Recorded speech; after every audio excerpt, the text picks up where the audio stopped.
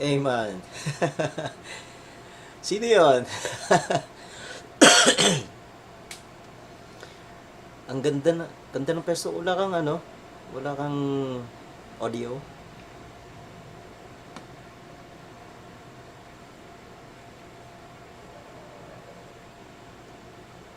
Wala eh. Ayan mo.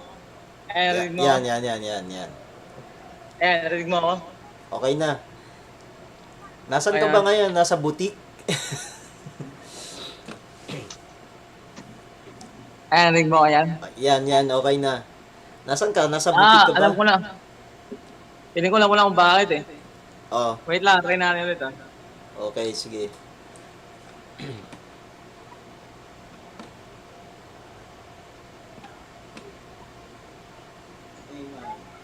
Ayan, narinig mo ako.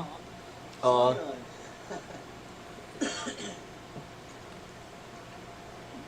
Kumusta, man? It's been a long time Oo ah. nga. Long time no see Narinig ah. mo pa rin ako. Oh, wait lang ah. I-mute ko lang tong sa ano, sa Wala, YouTube wala. stream natin. Wala. Teka lang. Wala ulit. Wala ata ulit eh. Ready natin. Yan, okay. Okay na. Wala ulit, Kumusta? wala ulit. Kumusta?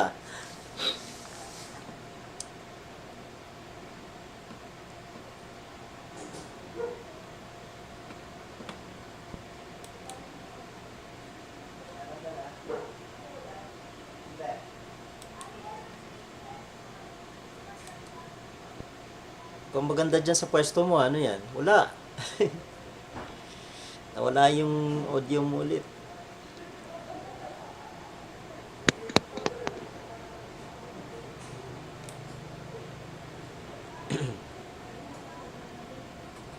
Ayan. Okay na. Teka, parang nag-freeze yung ano ko. Parehas tayo may problema ngayon ah. Ano? Parehas tayo may problema. Oo nga. Ang problema, Ayan mahalin yung gamit mo eh. Ano? Mahalin yung gamit mo, kaya ang problema. Hindi.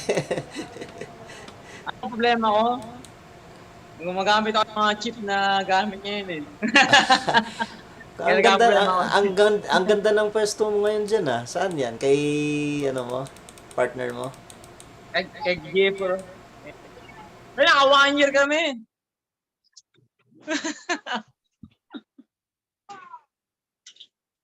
Ang tagang delay, grabe. Di mo kaagad narinig ka. Or yung camera ko yung play. Hey, Cliff. What's How you up? doing? Steven and Noro, how you doing? Not so bad.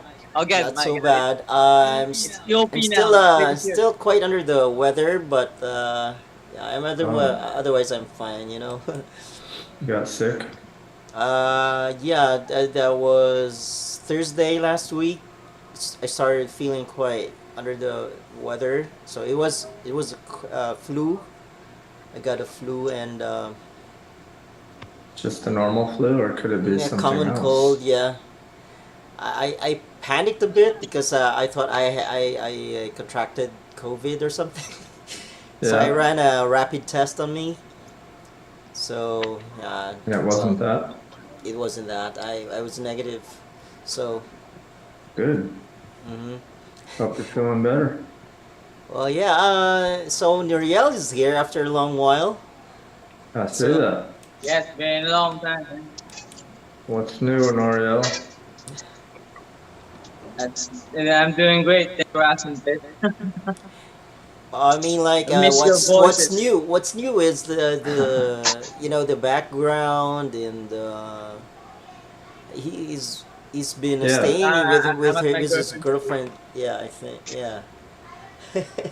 I noticed you have look like you're in a different place. Yes. That's Yeah, we live in different places. you're living with your girlfriend now? No, I'm not. I just have my phone here right now. Oh, I've been thinking of joining in the past few weeks, but I'm still bit busy, you know. I'm not really that busy in a serious sense, but just trying to take my time. Yeah, Okay. it's been like leaving the group chats that we've been in together. Man, I miss you guys. I miss you guys. Well, I, we I miss you say too. that. Good to see you again. Yeah, Thank you. I'm just trying to share the here. So, but before anything else, we would like to say hi to everyone. Good evening, and of course, good morning to the rest of the globe, as we always say here. This is another live stream on your Plus Smorgasbord, which we do weekly, supposedly, but now we're back after a few weeks. We're just trying to get our schedules settled, you know. And well, I think this will be our new schedule for a long time, right? Because good news Perfect. is Clifton is now back to the daily grind, shall we say? Yep. Back to the rat race. Back to the rat race. Yes, and But it was necessary, and I think it'll be yes, for all of us at better. least who are here on this live stream, it is a necessary evil, or well, Hmm. not so evil, or I don't know. Well, it pays the bills. Yes, it meets your needs. Yeah, I mean, like at best is we can maybe channel what we earn into something less destructive to the environment and other people. Um, I try my best to do that. Yeah, it's hard to go through when you get laid off, but I think I'm gonna come out of this better off in the long run because it forced me to really look at my financial situation, and I tried to see if I could make investing my job. So I Nice. learned a lot, made a lot of progress. And well, in my case, I need to delve into that more deeply, or start delving into that pretty soon, because it's just hectic here, man. You know? Mm.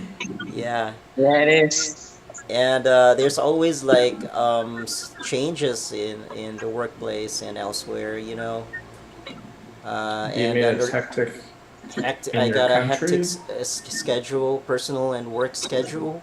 So Okay. yeah. I don't even know what you do for work. I forget. Oh, we belong to the Are, same are, are you industry. now in a managerial position, Stephen? What? No, no, no. I hope. I wish. Are you now in a managerial position? No, I wish. But I could stay in the same position for I know for how long it takes. Till I'm settled with my other schedules, my itineraries and all. Because unless that happens, I cannot move up the ladder.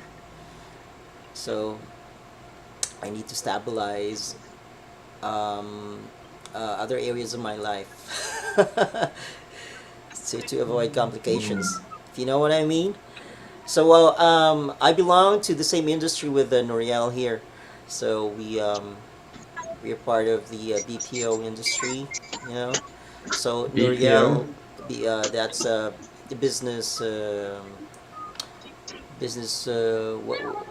What is P now, Noriel? Do you know? Bank. No, Still a bank. no, no. I mean, like the BPO. What's the meaning of that? I think it's Business don't call practice it this outsourcing. BPO because it's not going. Yeah, because they don't really contact other companies. It's Wells Fargo. Wells Fargo look came to the Philippines and created its own call center because BPO is something like AT&T will pay another third party contractor, right? Mm-hmm. Wells Fargo built their own office building here. Uh-huh. It's Funny you a, meant. it's a different. I think it's IPO or something. Oh, it's IPO now. I mean, like, I'm not sure. I'm not sure. so business Business process process outsourcing. outsourcing. Yes. And Yeah. funny you mentioned Hmm. AT&T because I think that's where Clifton works now. I mean, again, Yeah. he went back to working for AT&T. Yep. I'm Are we allowed to uh, disclose job descriptions here? disclose what? Job descriptions. I think so, but not necessarily the accounts we handle. I mean, like, But you that's can put it in chat. yeah, yeah, I yeah. don't know. I'm So, just like, curious. I don't have to know, but I was just curious what you did because you brought it up. yeah, and Nuriel works for a bank. Hmm. Yeah, that's their client. So, I think I've managed to share the live stream link already. So, and it's also very timely to talk about changes in the the mode of doing our jobs. Like, I don't know in the U.S. if you've already transitioned into remote kind of work. Because in your case, Cliff, you're still on site and you have to be on in the field. I think. Yeah, I'm doing a technician position now. So I'm actually going to residences and businesses and installing equipment, setting up Sound their check. internet. Sound check. Yes. Oh, Oh thank you. no. Thank you. Yeah. Internet technician. Yeah. So you finished your training, right? Nope, I'm still going through that now, and should be done in about 6 weeks. I see. And what you have like 2 days off every week, like the weekends. Um, it's gonna be 1 day off starting out, Wow. so yeah, it'll be a lot more work. Hmm. I mean, like, it sounds good, right? Like everybody's back on track in terms of the financial, necessities, Yeah, and I mean, yeah.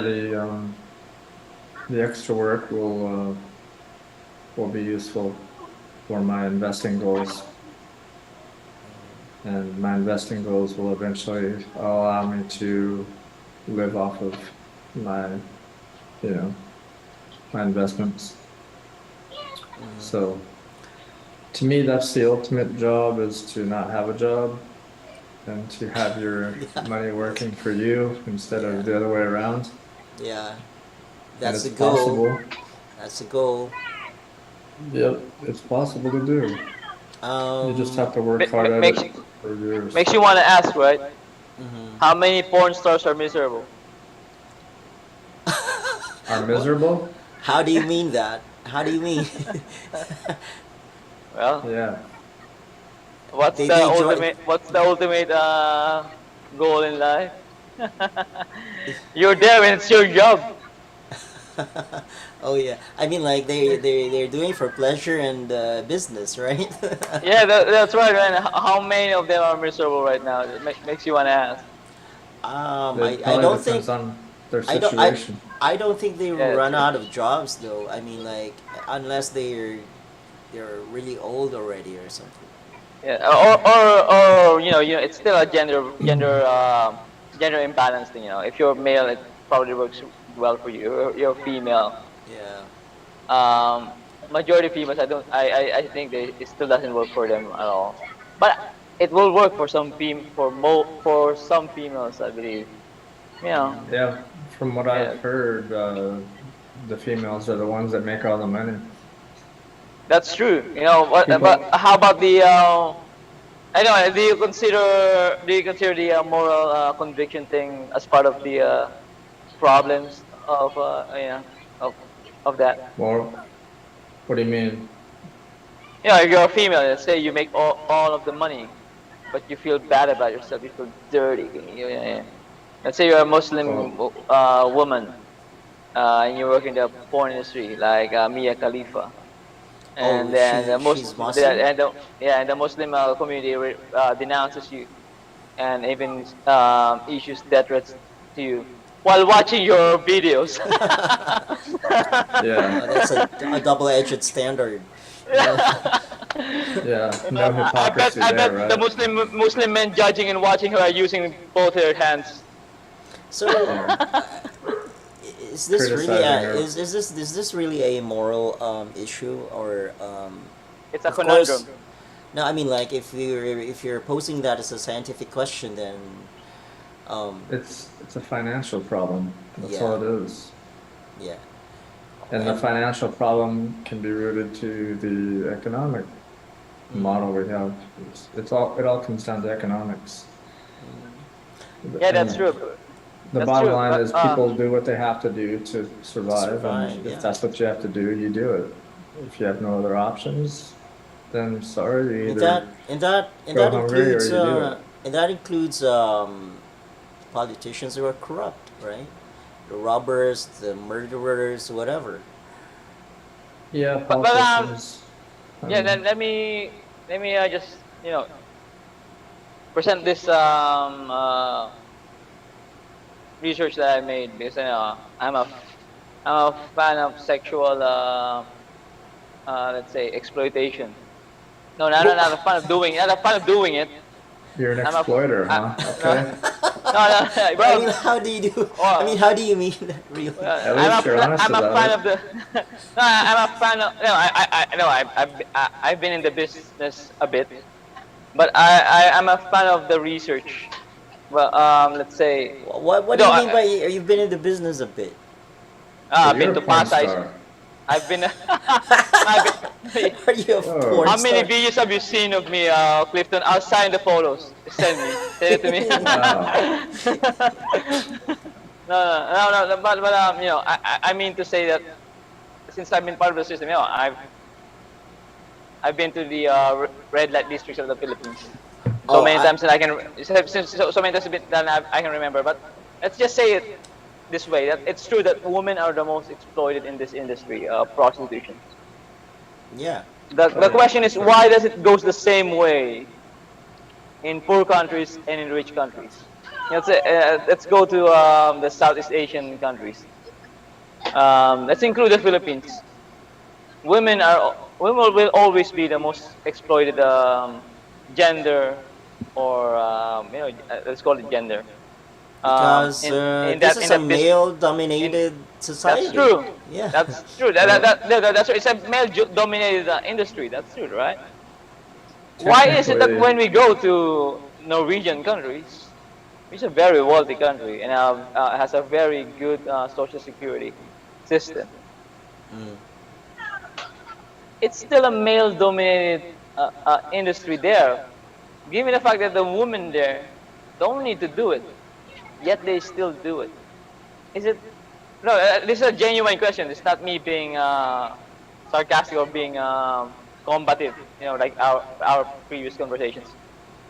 For me, it's a genuine question because I can't figure out, despite of all the research that I've done, why is it that this industry is male dominated in the process, but female dominated in the service sector, right? well, In the service part of it, you'd see most of the service providers are women. They're male prostitutes, and then on the top sector, you'd find mostly men. It's a genuine question. Because same goes with the wealthy countries, and same goes with the third world countries. So is it really a matter of wealth, or is it something else? Well, I would say, like most things in life, it's complicated and there's many factors. And everybody does what they do for different reasons. And they do, even if it's the same reasons, they do them for different, each reason is weighted differently for each person as well. So it's very individual, but what it comes down to is people do what they have to do to survive. If the less options they have, the more likely they probably are to work in that industry if it's available. The reason women make more is because they're the product, and men are usually the customer. And the reason why men dominate that upper part, the business side of it, is because they're the ones making the most money probably, and they're the ones more that Or have who the knows the most audience? business savvy and experience and entrepreneurship and so on. They're just more knowledgeable in that area. And it's each person, like female working in that industry, might do it because solely they need the money and there's nothing else. Some might do it because maybe they had a history of sexual abuse, or that's very common, I've heard as well. Some might do it because they want to feel empowered and, want to show their bodies or whatever. Or it could be a combination of all those things. They do those last two things, but they also like the money because they make a lot of money, right? Yeah. So, I mean, Do, you do you just have gotta ask the person. do you have anything to say about Steven Spielberg's daughter? Because Steven Spielberg is obviously ultra rich. His daughter is a sex worker in Europe, and Oh, yeah, she mentioned that she wants to do it because she just wants to do it. yeah. And So, well, even though she has Steven Spielberg as her father, maybe he wanted to teach her how to be responsible and didn't give her any help or any money. yeah, There's parents that do that, and overall, I think that's a good thing to not support somebody and give them everything they need without having to work for it, because it gives them a work ethic, and it shows them that they have to make it on their own, and it gives them the skills they need in life. If you give a child everything they want and need, and they never have to do anything, Yeah. you raise somebody who has no No work ethic spine. usually. No spine. so so in that situation where you are a father and you place yourself in that situation where you want your children to know how themselves you want them to learn how to survive themselves. So them choosing to be a sex worker is none of your business. Is that something that we should accept as a morally acceptable behavior for a parent? Well, if they're an adult, they can make their own decisions. It's not illegal where Yeah, yeah. she's doing it, but Well, it's not it doesn't mean illegal. that her It's dad's not gonna illegal in some like it. countries. I think it's illegal in the U.S. Is sex work illegal in the U.S. or not? No, I mean, No? Oh, okay. that industry is centered in the US, isn't it? No, no, no. I know. I'm not so sure, but I'm not sure. But I know you're a U.S. citizen, but I've read some of the laws about sex work in your country. It Yeah, is states probably have prostitution. some of their own laws. Yeah, prostitution is illegal, but porn movies are not. So if you're making a movie, it's fine because Mhm. you can make the excuse of its art. But if it's just pure prostitution, I think it's still illegal in many states in the U.S. I'm not so sure because I'm not from the U.S. Yeah, But I've read something about it. yeah, porno. Yeah, as far as I know, pornography is legal in most or all states, and prostitution outright is Oh, I said illegal, but it's legal.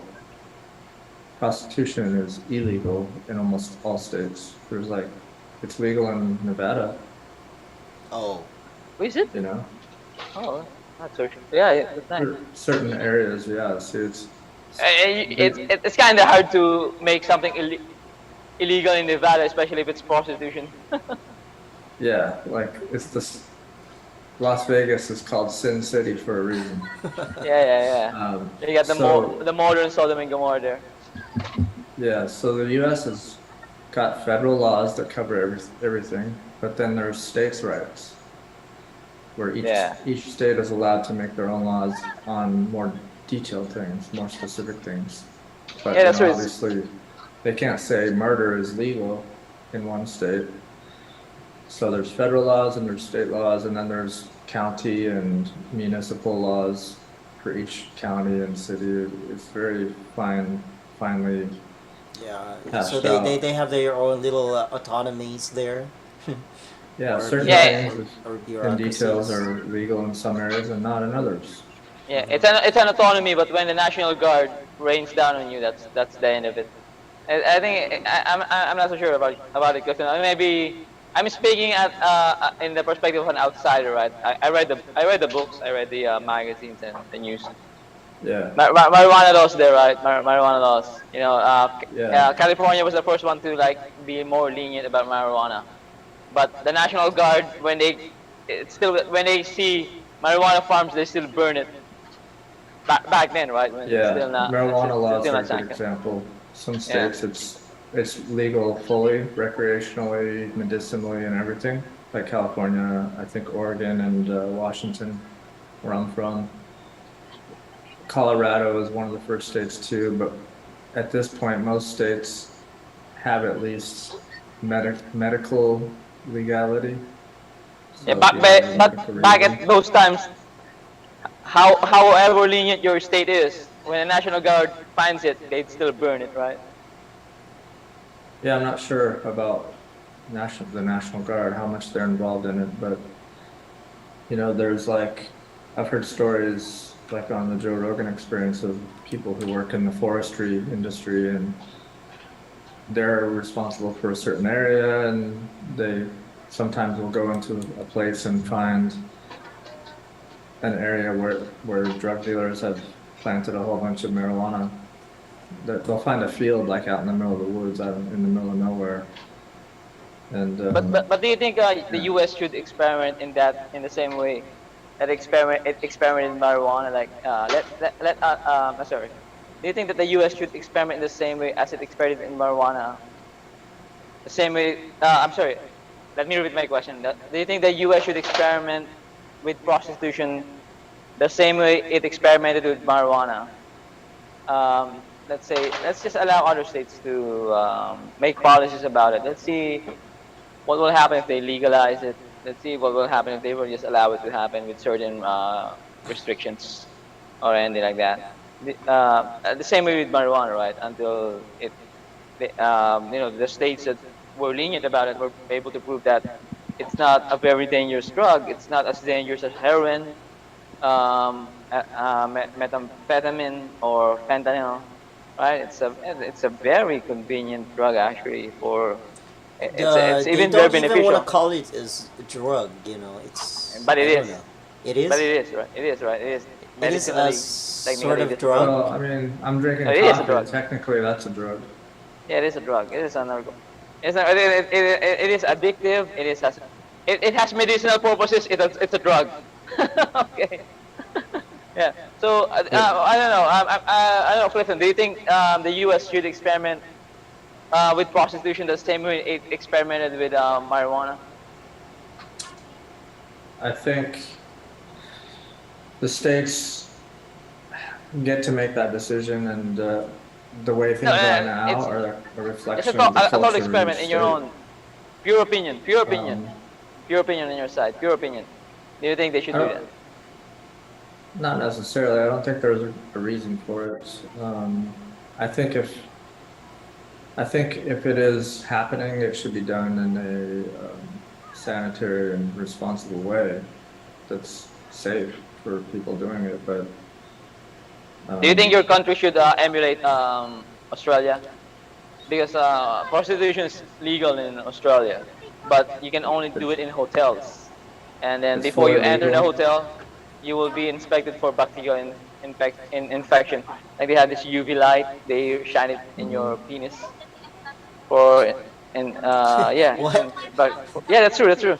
You'd So insert your it's penis in this UV light, and then they only allow it in hotels because they don't want any drunk beating out the girls, because the volatility comes with less security, right?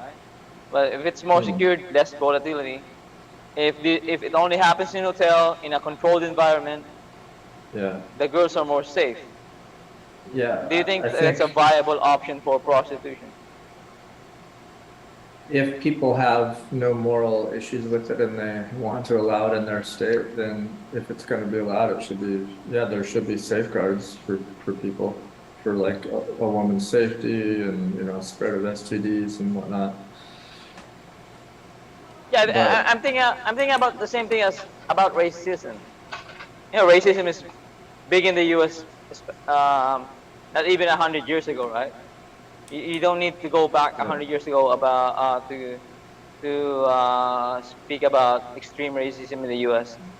But the yeah, laws made it so that racism is not a valid option. Like it's well, illegal for schools to segregate blacks from Asians or even yeah. from white people, right? Do you think if the law started mandating that women who are working in the sex industry should be safe, do you think that's something viable? Um, it would depend on a lot of things, but it's an industry that would be hard to regulate, right? Yeah. It's very hard to regulate. It's not like they have big corporations that are doing it. This is like very small. You basically one dude and maybe his friends get together and Yeah, decide they're yeah, a going to bit, start a bit. filming But people. I mean, I know you're American, right? You remember you're American. You remember the what do you call this era in your country that where alcohols are heavily regulated? The prohibition. the prohibition era. You remember that, right? And then when alcohol was prohibited from consumption, alcohol cartels started popping out of nowhere, right? Out of nowhere, and then they were the drug cartels of that time. Then Yeah, the U.S. made alcohol legal again and placed some regulations like if you're below 18 or below 21, you can't drink. So yeah. let's say legalize prostitution, but with regulations. How about that? Well, me personally, I mean, I don't have. It's not a moral issue to me. It's a public safety and a health issue. That's true. That's true. Um, That's true. Same with the alcohol, right? reason, It's a public safety issue and yeah, health issue. That's true. yeah. The question is it, are you leaving people vulnerable to being harmed in some way, or is it going to affect society and people who aren't even involved in it? Yeah, If that's true. it But is, then you have to have laws in place, yeah, it's regulations a for it. it's a very complicated situation where technology has to be involved, right? Like, how do you know if a driver is drunk? So let's make it illegal for drunk driving. But how do we Yeah, know if a driver is drunk? Let's invent an apparatus, that which you're familiar with that, right? We don't have that in the Philippines, where yeah. yeah, I don't know what that is, but it measures the alcohol out of your It's a breath. breathalyzer. Yeah, that's it, breathalyzer. So it's possible to input measures to regulate alcohol behavior, right? Alcoholic behavior. Yeah. So Well, I think we have we all have the justified moral concern.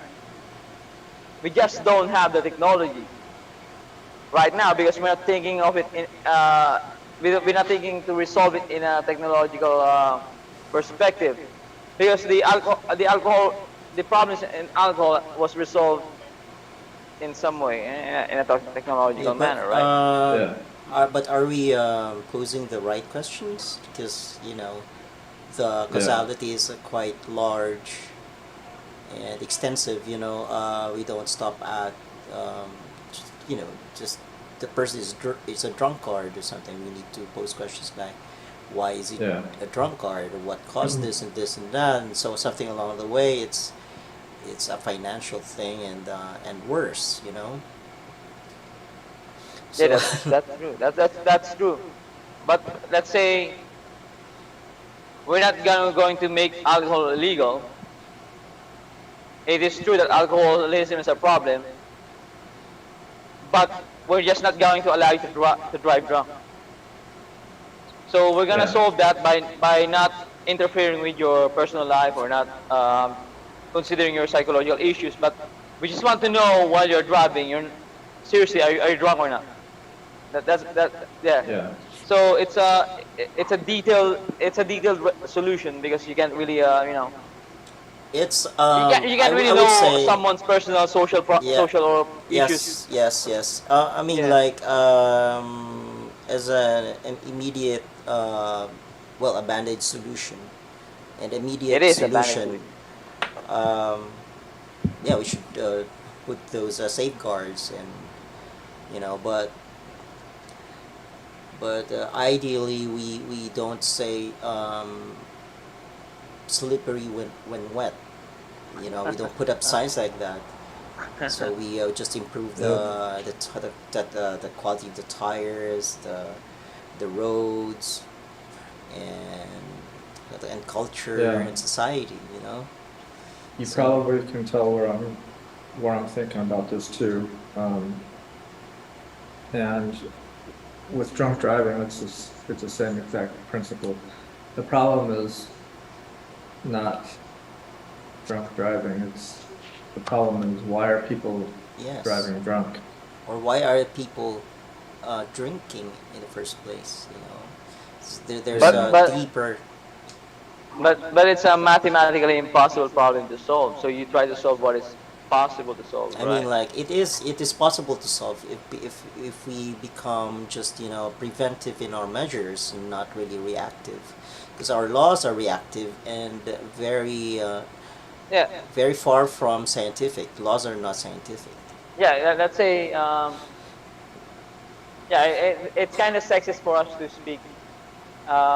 It's kind of not really sexist, but it's kind of sexist for us to speak about prostitution, considering that we are all male here.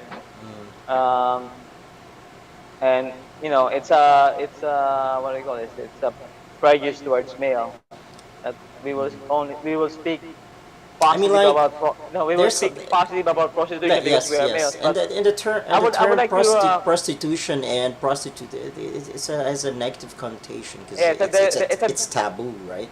I mean, it's a like, derogatory term yes, until it is and not. Uh, when your sexual urges are natural, yeah, that's yeah, true. they're all Well, we can call them like, sex workers. Sex workers. I mean, like, it's I So don't know who invented the word though. I don't know. I haven't looked at the etymology of it.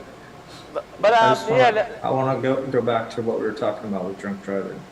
What Mm. I was uh, trying to get to is, it's not impossible to solve. We just haven't done it yet, so it seems impossible. But actually, if you look at any problem, and we've all talked about this before and had our debates, but there is a technical solution for almost every problem. And this drunk driving problem is perfect and it's applicable today because that problem is almost solved with the invention of self-driving cars. Yeah, So that is a technical solution. So right but now we have, like, for instance, in the US, there's over 40,000 people that die every year. Part of that is drunk driving, but part of it is just people being stupid, texting while they're driving. They don't see things. It's all, imperfections of of people. Nobody's perfect, right? People don't see things. They're distracted. They're tired. They're drunk. Whatever it is, they don't see a 360 degrees around them. They have reaction time. It takes a few moments to There's react to something. latency. Yeah. Yeah, we have all this latency. We have all these things that cause over 40,000 just in the US, by the way, to die of car accidents every year. What's the technical solution? Well, what if you got in a car and you weren't the one driving and a machine did it all and did it 1,000 Yeah. times better? So we solved one problem there. It's a That's a great solution. solution. Yeah, It's but a we solved technical one problem. solution. But the drinking though, Well, that's that another allows problem. people to drink and they don't have to worry about driving. So then you go Yeah, to, okay, we got that one solved. Hmm. Why are people drinking and Yes, killing that's. themselves drinking? Well, then you look at, okay, ask everybody why they're drinking and they'll say a lot of different things, but it Yeah. usually comes down to because I'm worried and it gets me away from my problems, because I'm depressed, it makes me Stress, feel better, I'm got stressed out, whatever. unresolved familial problems, Yeah, whatever, or I'm yeah, addicted and I can't yeah. stop drinking. And the thing there is, even if they present these problems in front of you, and let's say you resolve it for them, it's not a guarantee they will stop drinking. No.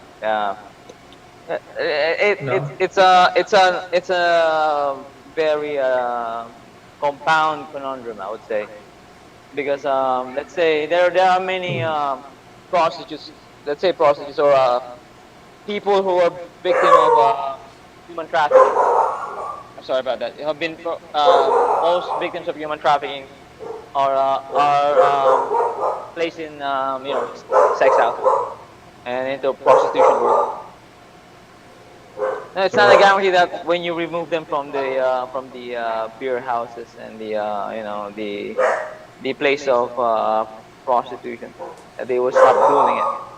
Yeah. Well, And when you start asking them, you will get these answers that will try to morally justify their actions. It's like I had no choice or I was forced into it.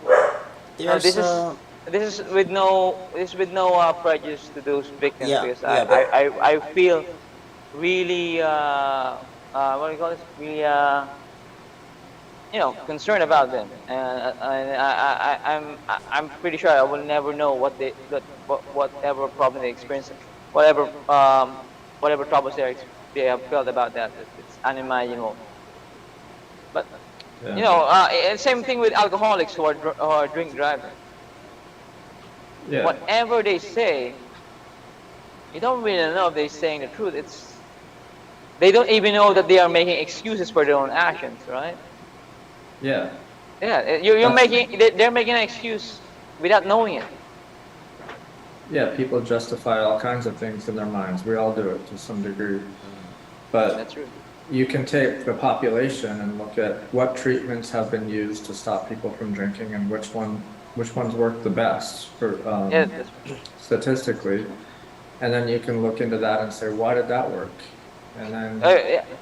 you go with that, and then you take it even further and investigate. But Why do people start drinking in the first place? That's the root of the problem, right? that's true. But I can put a demarcation line about that right now, because in this past few minutes we've been making drunk driving as an allegory for prostitution, or let's say metaphor. But we can draw a real line there, because drunk driving can really just be a choice, especially if you are in a country where you can buy your own alcohol for free. Let's say if you are in a country where you are obliged to drink alcohol, obliged, let's say you're in a tribal community, that you can't leave unless you drink a certain amount of alcohol, or you get killed. That's a cultural problem. That's a cultural problem, right?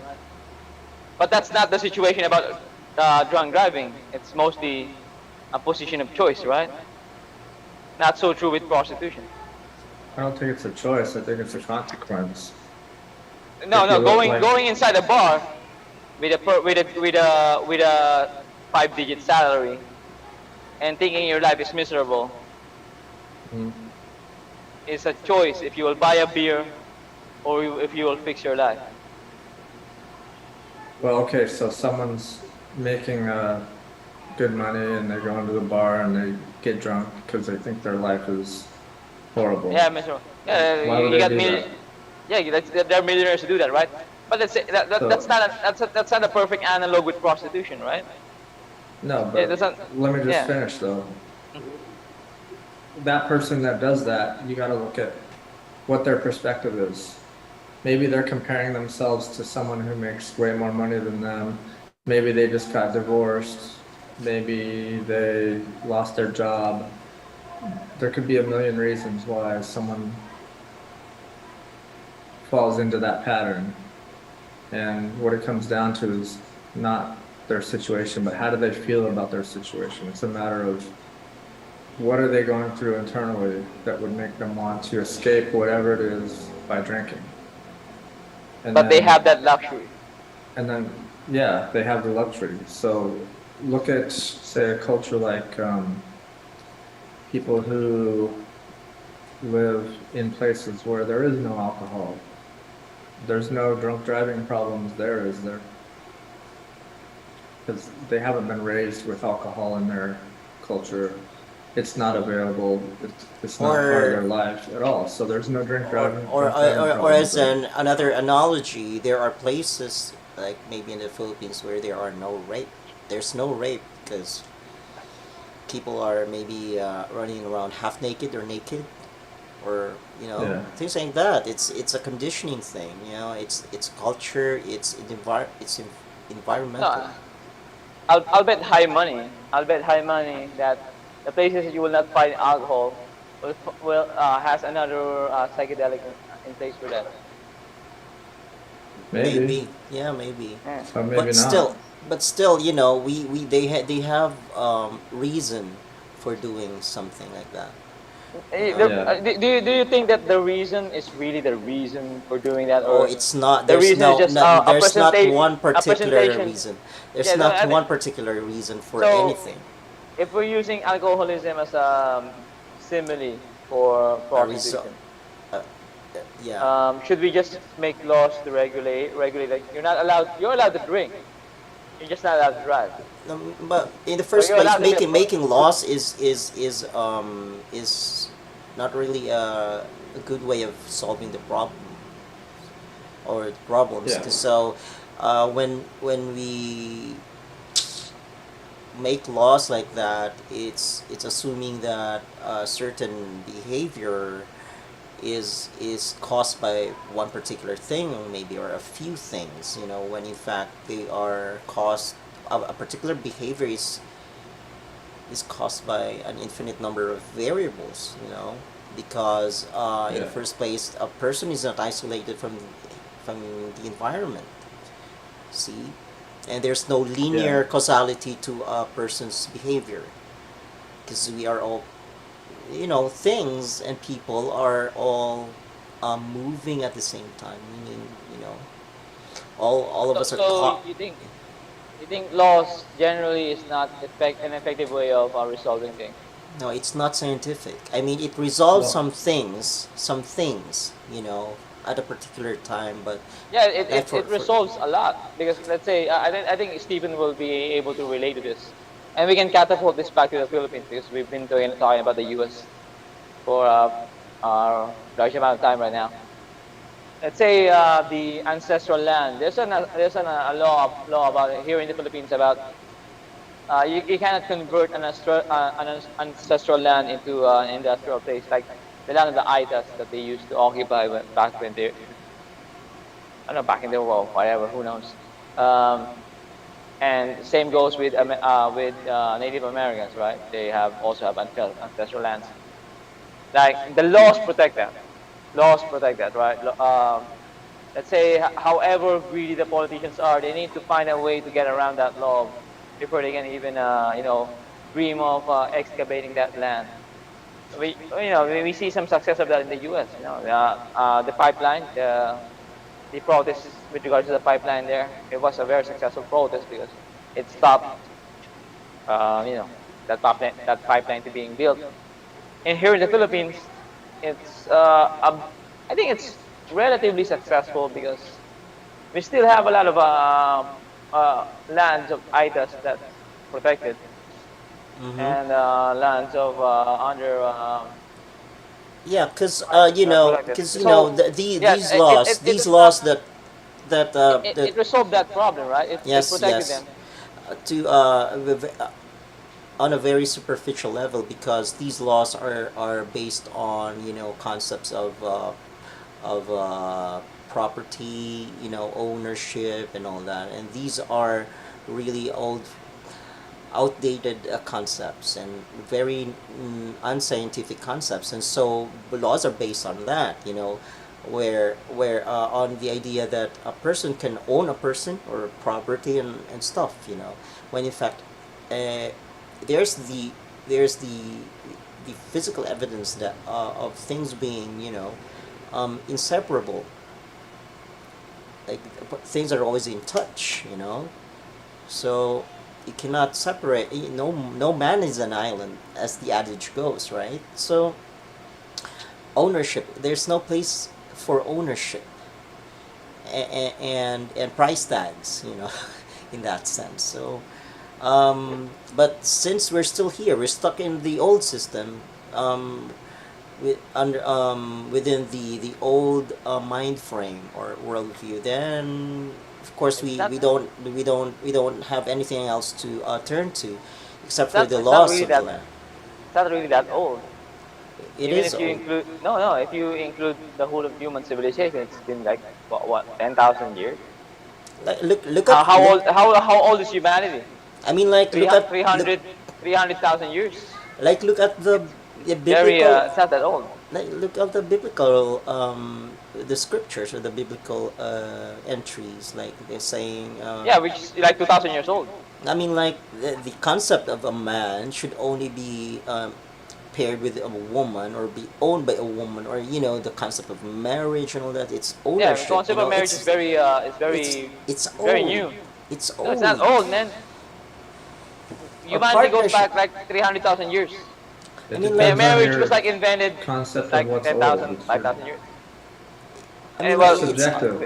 it's It's all we can subjective. prove that Homo Homo habilis had that same concept, or Homo what do you call before the Homos? I mean, like, Yeah. I'm referring to things like that as old, because, or outdated, or unscientific. It's, well, mostly unscientific. If it's unscientific, then it's me outmoded, outdated. Because when it's scientific, it should be updated. You know. I mean, and most of us are still stuck in the dark ages, in a manner of speaking. So, We're not burning um, witches or unless yeah, you're at in the state, Iraq, Afghanistan, or whatever the yeah, but Islamic countries are. so, but we are coming from the same mold of thinking, or mindset, or old school of thought. So I mean, most people are. But So but we need to acknowledge progress. yeah, We need to acknowledge I know. But we are making very slow progress, if I might say, because No, but technology. I don't think incredible let's say smartphones. Yeah, When was the phone tech invented by wise, the phone tech was wise, invented by no, not just tech wise, even morality wise. tech wise, Just we're go 10 advanced. years. No, I think sorry to interrupt you here, Stephen. Mm. But this when it comes to morality, I have a very opinionated position about this, because just 15 or 20 years ago, when I was very young, gays are like demons. They're like ghost monsters of societies. Like if you saw a homosexual in your society, that it's like you don't need to go near that person, because you're like coming near the demon. You're going to get cursed. We're, Mm-hmm. we're no longer even close to them. Yeah, but You know, were they? it was just I'm still alive, Yes, and yes, yes, that zeitgeist took place. yes. So, That's amazing progress, my very question fast is, progress. my The rock question hasn't is, even changed. um, in the Roman, I don't know, Roman empire or what? Were gays No, I'm just talking considered about the morality here demonic? in the Philippines. I mean, like, yeah, but in the Roman or the empires before that, Yeah, or Pompeii. this. If you ever see the rock carvings in Pompeii, that's very graphic. So I mean, when did being gay or homosexuality start be, uh, being considered taboo or demonic or evil? Well, That's a very probably hard line to determine. you That's can't tell for sure, but because you know it would have people been have different in had different been, places. yes, and empires and had been engaging in incestuous activities way before Jesus. But regardless, you need to acknowledge that progress in the judgment of homosexuals in our community. Yeah, but you see the attitude, That's enormous the the progress. uh, the attitude there towards people's biological processes, like their sexual orientation and all that is still outdated in the sense that you know the the, the, the laws even consider it I think I need to go as home now. My why. these couples are going to sleep. Oh, okay. Yeah, Oh, if you get home and you still catch us, you yeah. I'll just try to get get back. online. I'll try to Yes, get. okay. All Nice right. speaking with you guys. Love you. So, see you later, Mario. Yeah, see you later. Yeah, yeah, yeah.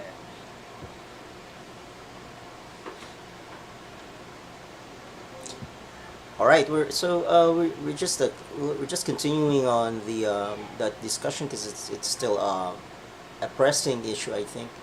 Would you say it's?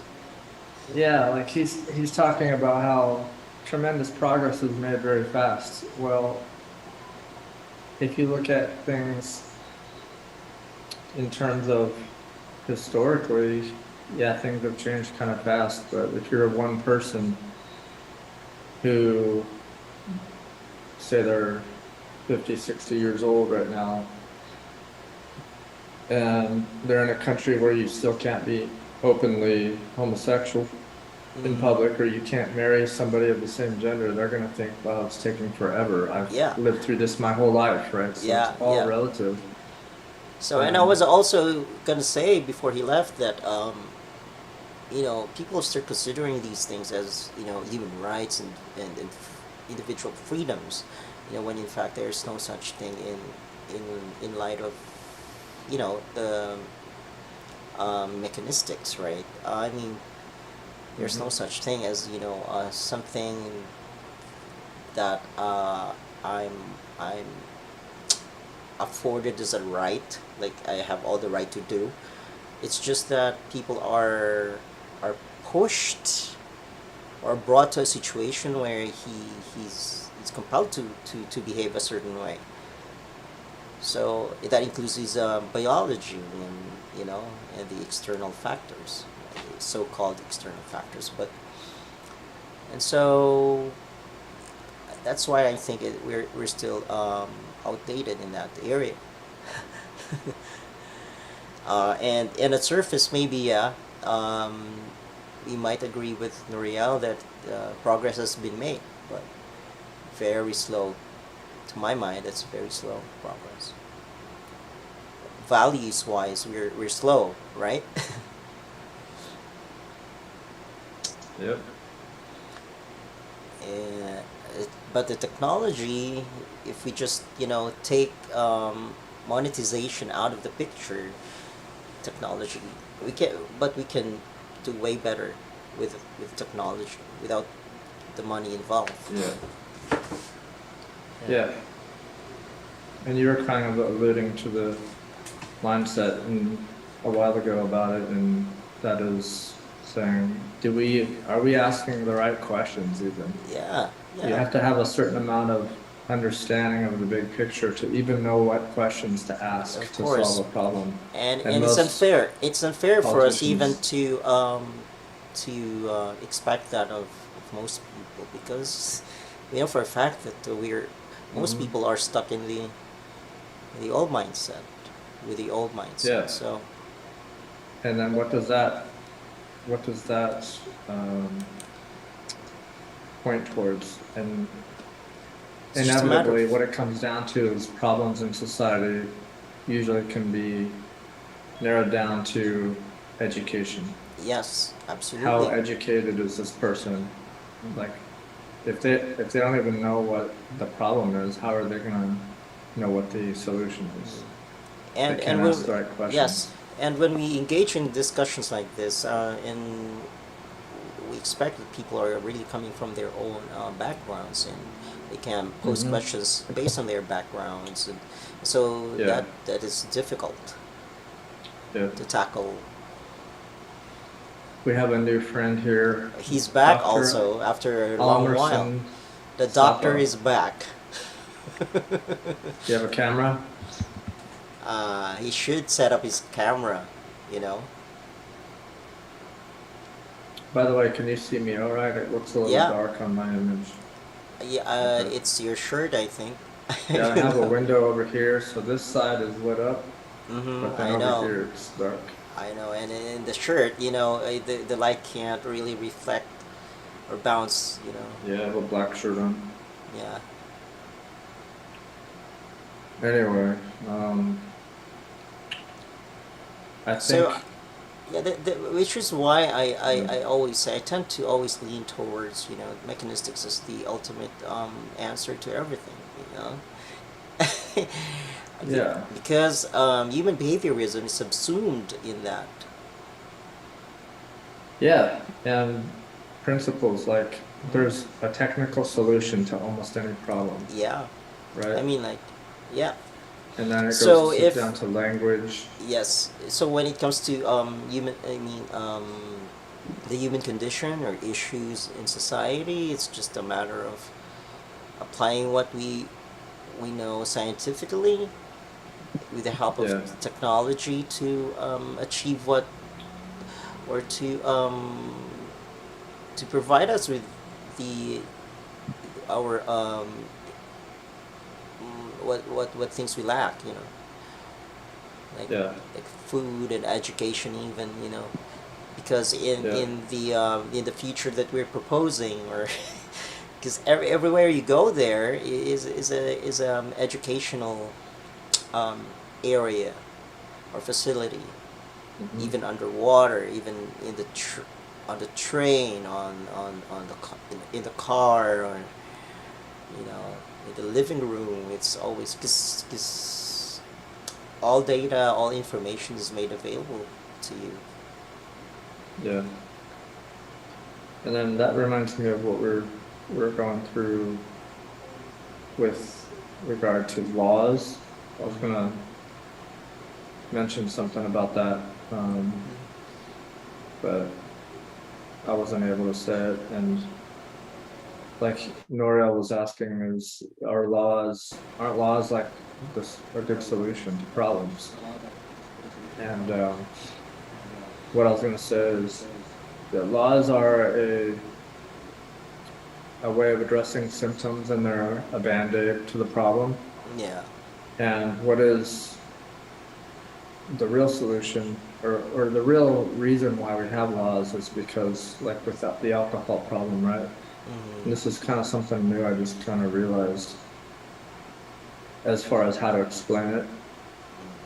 So, for instance, with the alcohol problem, right? We were talking about that.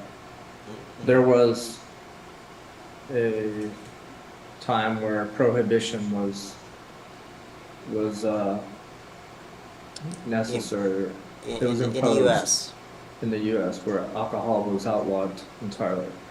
But there was still a demand for it, so people found ways of getting it anyways, their Yeah. own ways, right? Even though there was a law, there was still demand.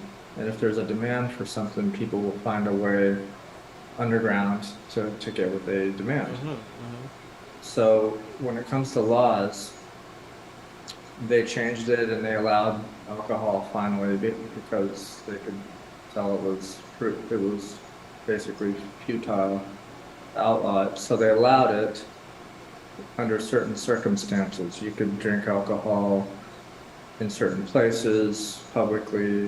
You could buy it. Only certain people of a certain age could buy it. Yeah. So they had all of these laws that were Regulations. exceptions, regulations, right?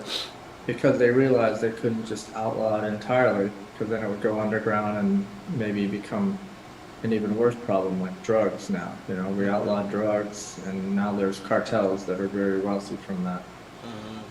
So my point is, if you outlaw something and you find that that's impossible to enforce, then what laws really are a way to try to contain something that you can't solve yourself.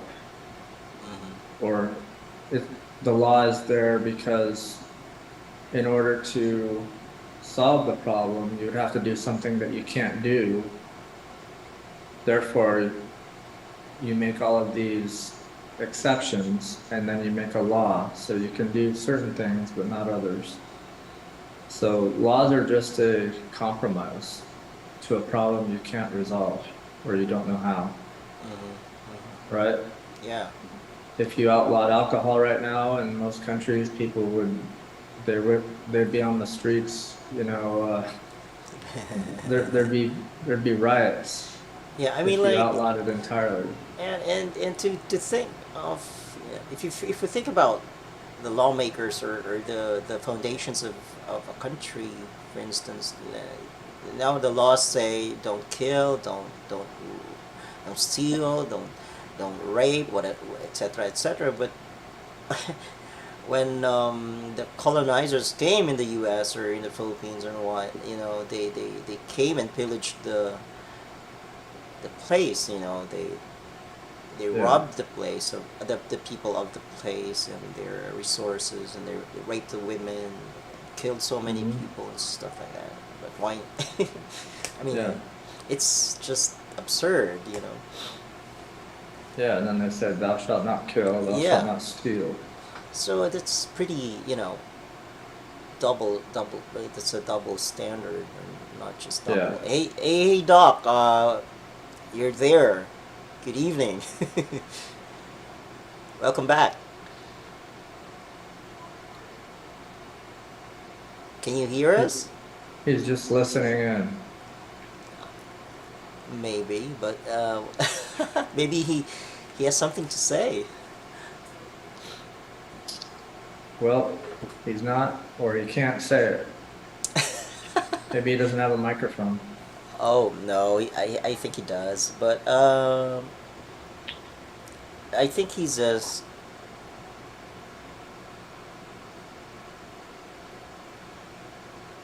Oh wait, did I did okay, I already. So he was. I think he's having a hard time staying connected. So laws and what else? So we talked about pornography and drunk driving. What else? And you just mentioned the statistics of you know the the toll on this um, the death toll on the road there Yeah. in the U.S., and a large part of that is from drunk driving. Maybe a larger part is from stupid driving. I Distracted driving probably kills distract. more people in vehicle accidents than anything. But there still is drunk driving. There's road rage where someone deliberately kills somebody. Mm-hmm. There's very rarely mechanical failure of some kind. There's car fires. Like people like to talk about every time a Tesla catches fire, it's in the news. But there's like tens of thousands of car fires from gas cars every year in the US, and it never makes the news. So that's just completely hypocritical, but that's the perception, is that, electric cars catch fire. Oh, that's Yeah, big news. there's Big been like deal. 4 or 5 in the US, and Yeah, they it's all make the news. yeah, it's big deal. but I looked it up once and it was something like a couple 100,000 gas car fires a year happen in the US. Boring. That's boring news. Yeah, it's like I saw it just either last year or the year before that when I was driving down to Florida.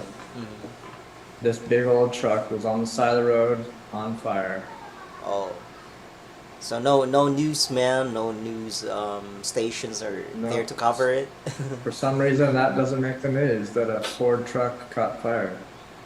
But, you know, A Tesla. oh well. It's all about the clicks. It's all about making money. So Yeah. Hey. There's what do you call the new Tesla? The Plaid. that's the fastest version of the Model S. Is Yeah. it's the Plaid It's the Plaid, right? Like how many model. kilometers per hour in just what 6 seconds, 5 seconds, No, it'll go miles, 0 to 60 miles an hour in miles an like hour. 1.9 seconds. Whoa, shit. That's that's going about 0 to 100 kilometers an hour in less than 2 seconds. Oh my god. Yeah, it's faster than a race car, like a track race car. Whoa. Like a Formula One car doesn't go that Wow. fast, Wow. I don't think. And if it does, it's like they're head to head, you know. And this is a car with a back seat that runs entirely green, quiet, with all the safety features. That's as Yeah. fast or faster than an actual track race car. And it can drive itself. Yeah. Not fully. That feeling. Full self-driving is called level 4 self-driving. And that's the final step they're trying to resolve. And they're almost there, but they've been almost there for a couple of years. But it'll be resolved relatively soon. And right now they have standard autopilot in their cars that you can almost drive. If you had to drive only on the highways, it could pretty much drive you from one place to another across the state. Because it will allow you to put in the address with GPS. And then once you're on the highway, it will keep your lane and steer for you. It will slow down for you. It will pass other cars and get back in its lane. It'll pretty much drive for you already, but on city streets, that's where there's a lot of details that they're working out. Yeah. But it's nearly there already, and there's a beta program that they have with certain good drivers can sign up for it, and they can test out the beta version of full level 4 Now we can self-driving. see. Now we can see Dr. Saba. He's in bed. I see a peace symbol, No, and that's I'm about it. Are you in bed already? No. I There's no sneaked out. lights. Oh, is he snuck It's out? okay. I'm I'm in the sofa. Okay. It's dark in your house. Yeah. How you been, I man? sneaked out. I'm fine. Yeah, How about you guys? congratulations on your new clinic. I saw that a while ago. That's a small, very small, humble place now. I figured out you're not the best way to promote your profession, not necessarily really advertise it, because I'm just gonna go word of mouth, and advertising isn't really worth it. It's just a pain in the ass. It costs a lot of money. You'll just burn out more clients that way if you really advertise so much on a certain place in a certain like a clinic or something. So I'm just gonna lay low from now on, not so much post stuff. Yeah, but I mean, business is doing good. It seems, right? It's not necessarily quote unquote a business. And it's a clinic. Supposedly you don't see doctors do that most quite often. Some are doing that, but it's really unethical to really post so much of yourself.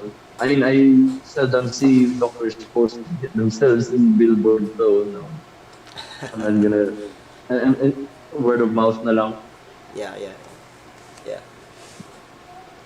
Well, did you get that, Cliff? Yeah, so kamusta kayo dyan? Mm-mm. Yeah. Your audio is Um, quite choppy, you know. I'm using this. Yeah, Bluetooth. Mm. Yeah. You just gotta keep your phone near your face, I think.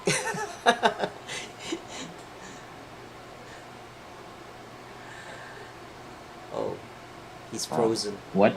Chop yours as well. I'm gonna try speakerphone. Yes, okay, okay. Please do that. So, I was gonna ask him. Oh, he's still there. So, how's the? Do you have friends like? Do you have friends that are who are also familiar with the Venus project there? There's this one guy, but I think he's in Dumaguete. Uh, He's what? his name is Mark Eric Kid, but I don't know if that's his real name. I don't know if he's a no advocate. I see him post some. I see him post on the group chat, the Mm-hmm. EVP Philippines. Very old person.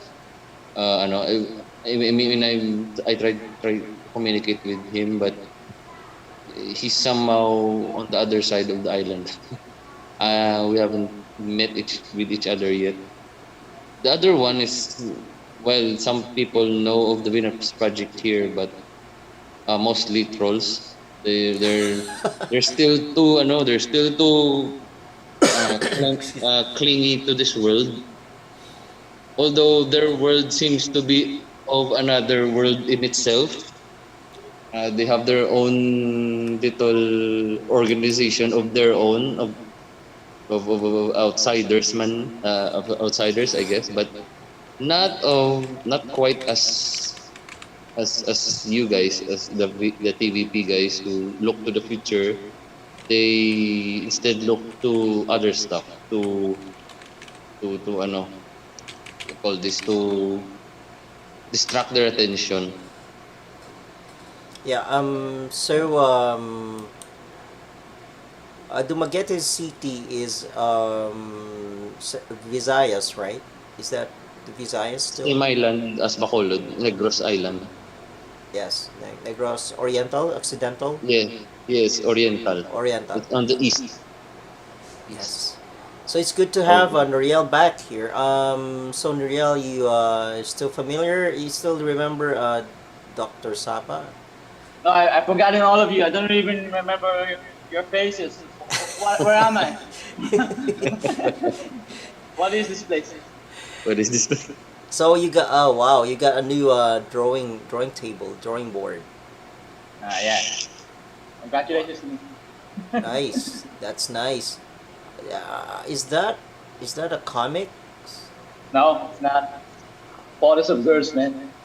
Or did you Okay. what did you do that? Did you make a, No. I printed this out. oh, I'm using okay. this as reference. Okay. All right. So so Dr. Sapa, did you hear our discussion earlier about prostitution, drunk driving, laws? Oh yeah, I heard about that. And quite frankly, my it's time right. It's in good timing right now because my father just passed the bar exam, Wow. and yeah, so Congratulations. he's a lawyer right now, and he's really very busy. Lawyer and Laws. optometrist? No, no, no, no. Lawyer and an accountant. Okay. But Your mom is the optometrist. yeah, yeah, my Okay. mom's. We're both the optometrists. And so there's this joke about lawyers and doctors. And when it comes to the court, the doctors, if pitted against each other, they protect each other's. I don't know. While lawyers, they battle it out. Mm. A lawyer and a lawyer is not compatible, but a doctor and a doctor would protect each other. Something like that. Ah. Yeah. So about laws, I guess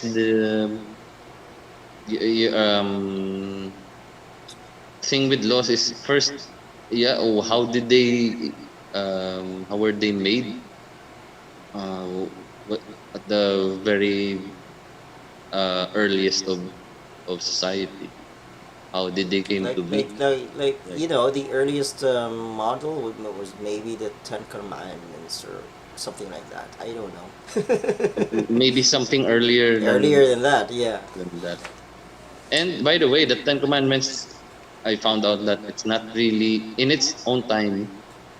Mm, There were many more commandments in different areas. It's not just yeah. the Israeli Ten Commandments. I think there's the in the Hammurabi. I don't know if the book of But Hammurabi. I think what's most common among these different I don't know religions or philosophies is the golden rule. Am I right? Yeah, there's the golden rule. But to back it up a bit about the Ten Commandments, the Ten Commandments, maybe you can cite that, but during the Ten Commandments time, there are actually better laws that were happening somewhere in that area of the Middle East, Mm-hmm. maybe around in the Sumerians or maybe you guys check it out. There are actually better laws that were happening elsewhere uh, in that region of the world and besides the Ten Commandments. Mm-hmm. Yeah. And they're quite much more um, humanistic in a sense. It's more advanced. You can liken them to some of the more humanistic approach or humanitarian approach of today. Mm-hmm. But I have no idea. If, you guys can research on that. I think there are better laws than the Ten Commandments or something. Uh, do you think there's a better law than thou shall not kill? That specifically that commandment. Or what do you Mm, mean? yeah. Or commandment. Um, there. I think I think everyone seems to be applying it. Oh yeah, but Yeah. when people get into a situation where he's compelled to, or just he gets to kill another person in self-defense or otherwise, or Mm. murder a person, is that is that bad or good, Cliff?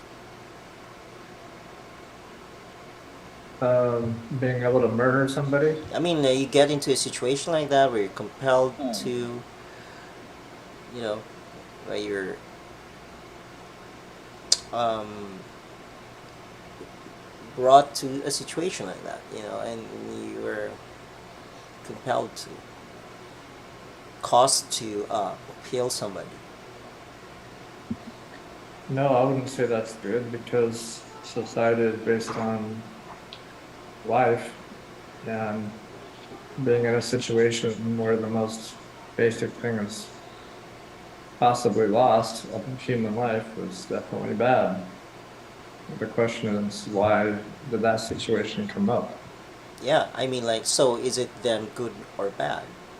Because I have to, that question has to be raised to settle the issue of why. Yeah, it's not good. So what was the exact situation, or you'd have Yeah, to be you specific? need to. That's true. You need to have an exact situation. Let's I mean, say the killing of Osama bin Laden. I don't know if anyone would disagree here that it's a good thing. Uh, It's or good the in killing of some ways any. and bad in others. Yeah, I would say you don't have many Islamic terrorists there in the U.S. But you have many Christian menaces. No, I don't If think you, you don't your Christian problem is not as serious as the Muslim problem here in the Philippines. if But I you think ask some people who are members of his group, they'd say it's the most horrible thing they can imagine. If you ask someone in the U.S., they'd say, "Yeah, he deserved it."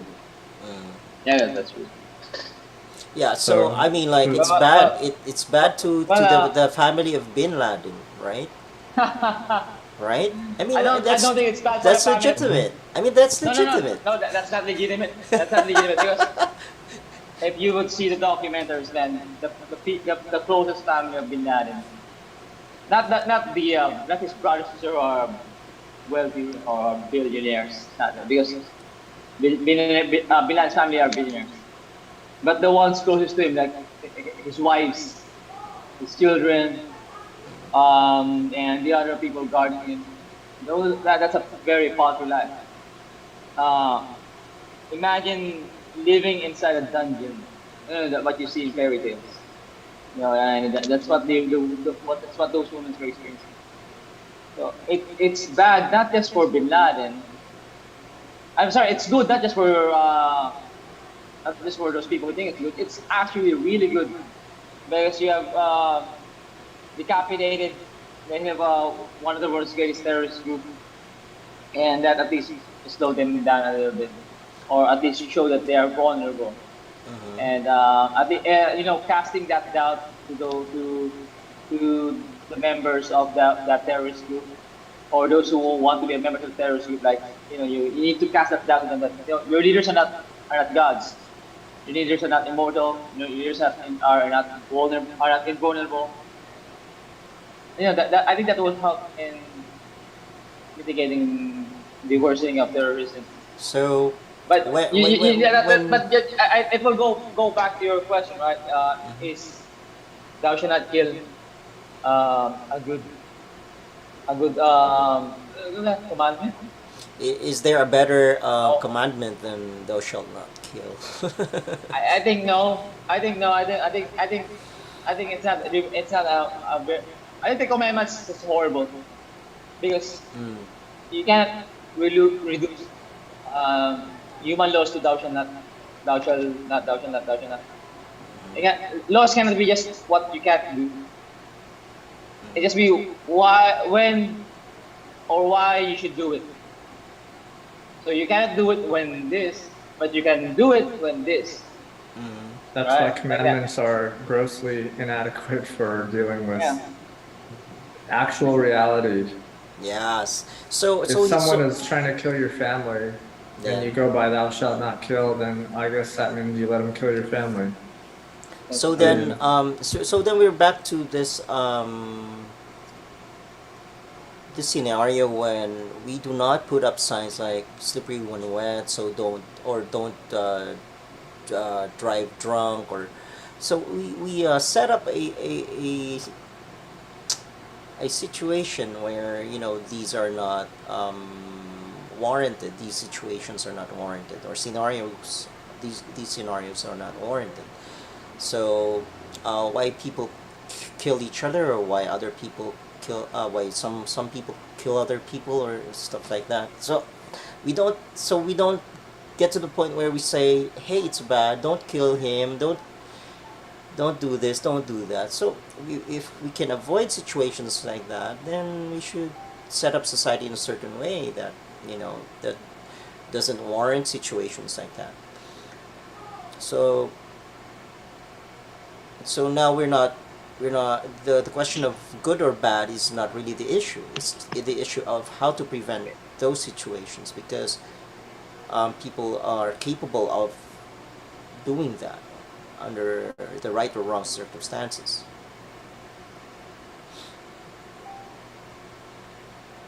It comes down to understanding human behavior Yeah. and understanding what really solves problems. And the further you get away from that, the more problems you probably have. Yes. And the fact is that using technical solutions guided by the methods of science is the best way to solve problems, period, that we've ever found. Yes. So, And the doctor has raised his hand. I think I think I sent you something. Yeah. Yeah. On the message. Thou shalt better your human lives without killing or hurting other human beings. So I think it's the golden rule, right? Something like that. Something like the golden rule. it's a good general It's it, guideline. Mm-hmm. it's But a but what happens there is all this killing and uh well when you get back to terrorism, they have an agenda there. mm, The agenda there is make a caliphate to rule the world, or using uh, a caliphate, or it's basically trying to, if you lack of a better word, the jungle, or what you call the rule of the jungle. or the You heard streets. about that? It's kind of like that. So kill or Or be killed or something. I don't know the how to use this, but And the ghetto kind of lifestyle. I don't know. yeah, that's sort of like that. So, but then think of the ghetto lifestyle, but think about the whole world, and all It's a these jungle out there, right? and I'm gonna uh uh what's this, when it comes to terrorism, of course, who better to pacify, what better way to pacify someone than to kill someone, or else they do the latter will do the other way around. Yeah, It's it when we're talking when we're talking about these issues as far as like terrorism and all these killing people, a lot of the problem comes down to is people have different Motivations. values, Yeah. and culture creates those values. So when you have one group of people with these values and you have another group of people with different ones, they clash because group A will say this is right and this is wrong, and group A will say no, this is right and this is wrong, and other things are kind of right at certain times. And you have all of these things clashing. And so you have, in most general terms, you hear people say, like with the war going on, you know, Russia has a problem with the West. What is the West? It doesn't mean just the US, it's Western culture, Western values. So Russia thinks things should be this way. They think there should be an autocracy and the ruling with power and so on, and having, you know, one leader and using force and corruption and so on. And then you have the Western culture where they think, well, people should be elected to government office and women should have more rights and you should be able to be openly gay, and, you know, there should be a free market and these types of things. So they clash. And that's just it. When it comes down to it, it's a difference of values. But the question there is, they all came from nature first, right? Nature to culture, What? culture to clashing cultures from different natures, which a group of people interpreted differently. So it's like nature created the culture, uh, because Russians live in snowy climates, and they're and because of that nature, their attitude is like that, like You mean their actual emotionally. environment? The environment. Their environment is um this way, so we gotta determine their run. behavior, Well, their So thinking. now Russia no, is a I don't. barren land, right? So it's hard to control people there. You I gotta don't. I make, don't. you gotta run autocratically that place. Whereas in the U.S. it's sort of different. Although there's a snowy climate there, it's different, right? How come Yeah. Americans are different in dealing with the effects of environment upon them compared to Yeah. Russia? I'm not sure the actual climate or nature has anything to do with it. If it were about being cold and being large, what about or these Canada or desert areas Nor in Russia. I mean, like the is there? Nordic In the countries? Middle What East, about them? it is a desert area as well. But it's not so So cold, or It's their um, culture, it's their history that causes them to be that way. yeah. So maybe our climates and maybe environment. mm, How big of an impact is the environment that created that culture to give temperament. us I this? mean, it has an effect on the temperament of a person, I think, but that could be um,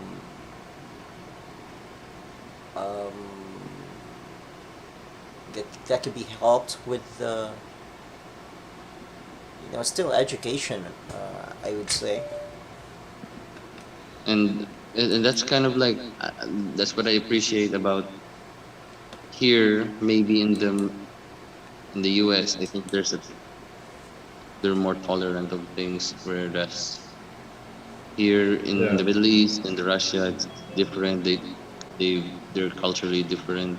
They have a way of things, and I think most people, majority of the people, are seem to siding with the U.S. but not so much. But now I think there's some of the influence from Russia. There's some influence from the Middle East as well. That hey, we're going a little bit too quickly. Uh, America has feminism and women empowerment. Then the Russians are like, wait, no, wait, we Yeah. gotta stay male dominant or something. Putin in this walk. I don't, Yeah. They're if you look at how societies have been in throughout history, they're more in the old mindset. They're thinking more how things used to be and they don't want things changing. The West has changed, they've progressed, so to Yeah. speak. And people are not open to change, especially if it takes away their power. So, but is it like counter change, like reverse change? yeah, like Um, Russia was a lot more open and more democratic and more free market after the collapse of the USSR. And then slowly now, if you look at the laws they've been passing, especially in the last year, it's gone way back in time. Now it's like you, people in Russia are afraid to even call this conflict a war because now you can be thrown in jail for calling it a war because they can now say that you're spreading misinformation. And so it's gone way back to the Stone Age in Russia yeah. How come? because they have an agenda to take more land from Ukraine and to make Ukraine Russia and basically take away their identity. Wow. It's pretty clear that that's what their goal is. They did it in 2014, where they annexed part of Ukraine, and there's been fighting going on ever since. And now this is just the next stage. And it's pretty clear. I mean, if you look at what they've actually done, not what they've said, if you look at what they've done, their goal is to take the land, make it part of Russia, and increase their size of their empire. It's sad though, but isn't the bedrock of culture of Russia is in Ukraine? I think it's in I think the Kievan Rus. I think they're Ukrainians were originally Kievan Rus, Yeah, it's a right? big part of their culture. It used to be part of the USSR. It was all together in one culture, so to speak. But anywhere you I mean, look, there's the a bigger the area is, there's always different subcultures of any culture, and Ukrainians have their little pocket, and Russians are a little different. Belarus is also highly Russian, but it's, its own border, and you can break it down to fine details, but there's always going to be differences in any country based on their location within that area. It's in the US especially. there's an abundance of currently there's an abundance of like historical culture revisionism, or we gotta go back. I mean, right now in the Philippines, diba, have you heard about the Sabah dispute? Uh, we're also Mm-mm. by the way, Filipinos were technically Malayan in race, I guess. And some of the Malays. old kingdoms here in the south of the Philippines um, started moving their claim back against some of their ancestral lands there in Sabah, which is part of the Federation of Malaysia, or the, oh yeah, Malaysian Federation. And as you can see, there's lots of land transferring and grab and uh, getting back lands from way ancient times, and now they're and they're getting, I think, what was that, 14.9 billion. Wow. They won a case from an international court in Luxembourg, I guess. So again, more historical stuff happening. They're referring to the old ways again to gain something, as to what Russia is doing. So something old, I want to get something from the past. We're not moving forward. We're just conquering Ukraine, right? Like with the reason of uh history centuries ago.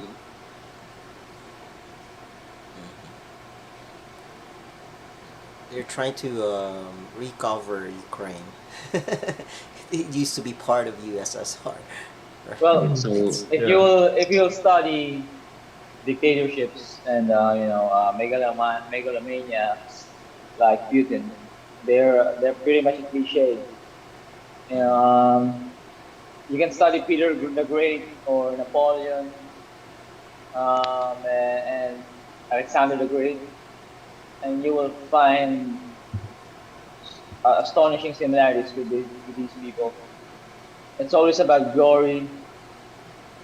It's always about it's an enormous displaying of power. Is it It's always not. coupled with the gold, the glory in the gold, or Yes, it's in the almost present always time it's is. the money? Yeah, It's very resources. rare. resource. It's very rare that you will see an invasion like how the U.S. initiated it. Let's say that the U.S. initiated an invasion of Afghanistan and Iraq for national security purposes. I don't care what the truthers will say that it's for oil and gas, but it may be true, but it's not wholly true that it's just for oil and gas. And no, it's mainly for national security purposes. And they wanted to, U.S. wanted to nation build, nation build. It's where that Russia doesn't want to nation build in Ukraine. They just want to regain it for glory. Because you don't need to nation build Ukraine. Ukraine is a very functional nation itself. There's very obvious corruption, but it is not a dysfunctional society like Iraq and Afghanistan. And and let's say if I'm Russia and I want to invade a very corrupt neighbor, I would start with Kazakhstan, not with Ukraine. And yeah, it's if you will study the nitty gritty of it, it's mostly for glory. As try to rationalize it. Well, Listen to Putin's words. Listen to his foreign aides or whatever ambassadors' words. They don't have yeah, any justification in it. They call Ukraine as a Nazi state. It's not, because Zelensky is a Jew. Mhm. Mhm. It's just stupid. Yeah, well, it's a there's a lot of reasons why countries do things, and there's some reasons they give, and then there's other reasons that they don't give, but those are also part of the equation. And yeah, what Russia's doing, like saying that they're denazifying the area, obviously that's not true in its entirety, but there's a kernel of truth in there that they can use to exploit and get what they want and to give an excuse, because there's a small group of militant people there that are actually neo-Nazis there. Yeah. which are on Russia's side. Which are Yeah, but it's yeah. like one part of a militant group, and it might be a few hundred people, it might be a few thousand people, but they're there. And so now Russia says, look, we're denazifying the whole eastern part of Ukraine, and we're liberating Ukrainians from all this fighting going on, and we're helping them, right? So they have this entire narrative that they can weave using misinformation, outright lies, deception, and and and a way that they can not say certain things Yeah, and get their goal across. it's a Facebook world. So, I mean, it's like Black Lives Matter saying that all cops are racist just by seeing a few videos of cops beating out black guys. Um, while Yeah. while when you get the actual statistics, more white guys are more likely to get shot by cops during an encounter with the police compared to minorities, and they will not accept that because it does not work for their narrative. Uh, Same with Russia, right? Same with Russia. They say that Ukraine is it has to be denazified. It's ridiculous because their president is a Jew. That's Yeah, extremely there's a comedic to whole say that. population of Jews over Yeah, there, yeah, but right.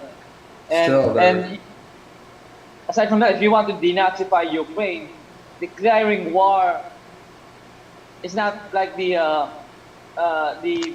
first step that you would want to take about it. You wanna make a conversation first, right? You want to make assess the problems first, or you want to make deals with their government first.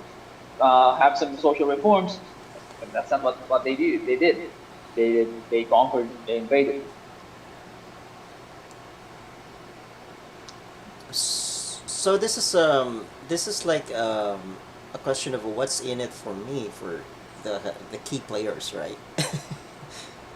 Yeah. well, For yeah, the there's, dominant player, like I was or saying, there's a lot of reasons why people do things like that. And the glory is, yeah, that's one aspect of it, but just so happens that they would also gain a whole lot of other thing. farmland and fertile land. They'd gain a seaport, which is strategically really important, which is why they took the Crimea in 2014. They would get a lot of industries under their control. A lot of money would come with that. They would have more land, territory. They'd have more military strategies they could be more powerful with.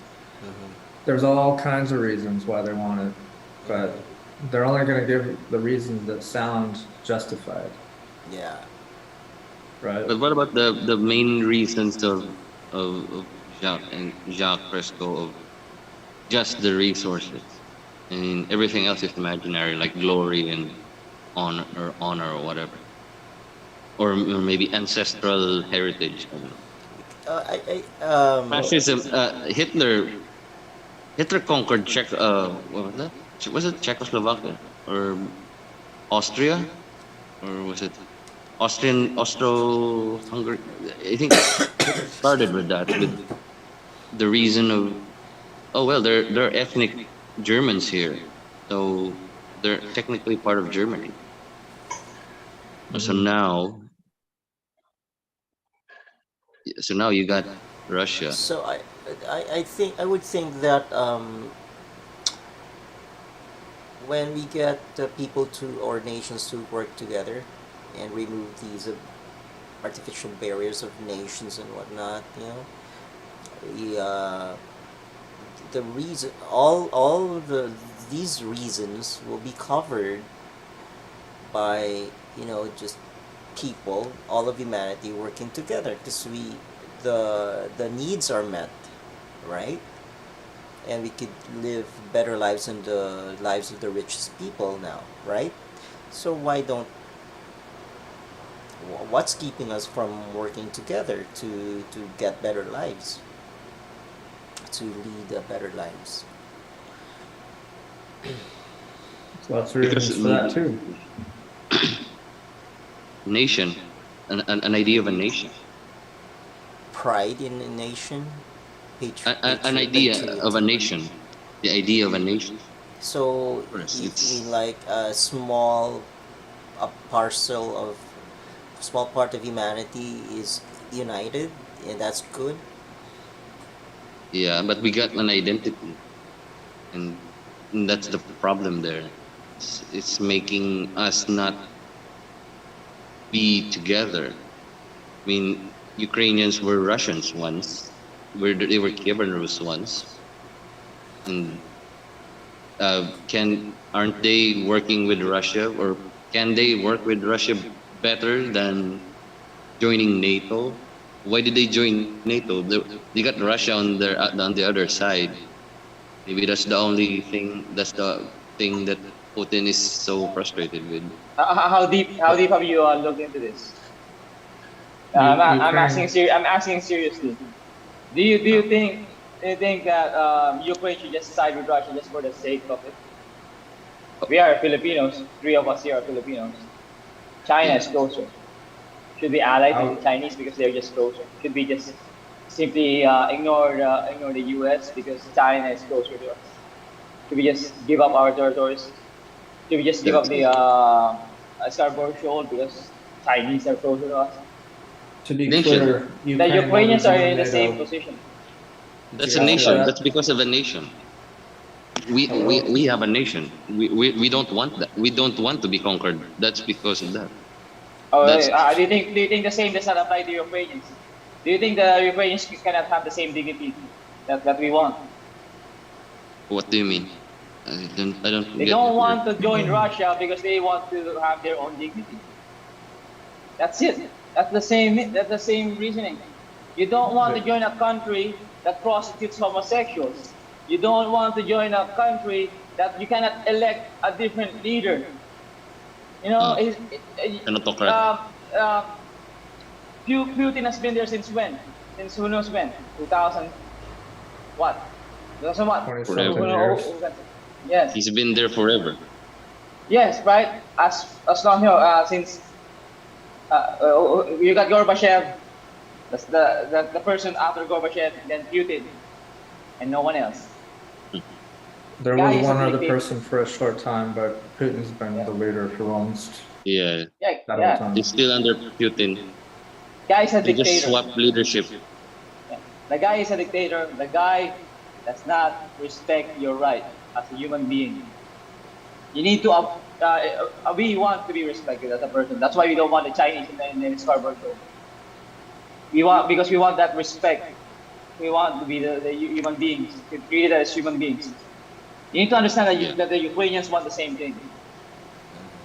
You cannot just simply dismiss it that just don't NATO. If you shouldn't have joined NATO, then Russia wouldn't have invaded. It's not as easy as that. It's not as easy as that. You don't want a bully as a neighbor. yeah. I And was going to clarify that they didn't join NATO, but yeah, that's Russia true. wanted to make sure they didn't join it, and they won. control of the whole country. They So want they to still erase their conquer. identity. They still get conquered, even though they didn't join NATO. They haven't been Yeah. conquered. They haven't been conquered.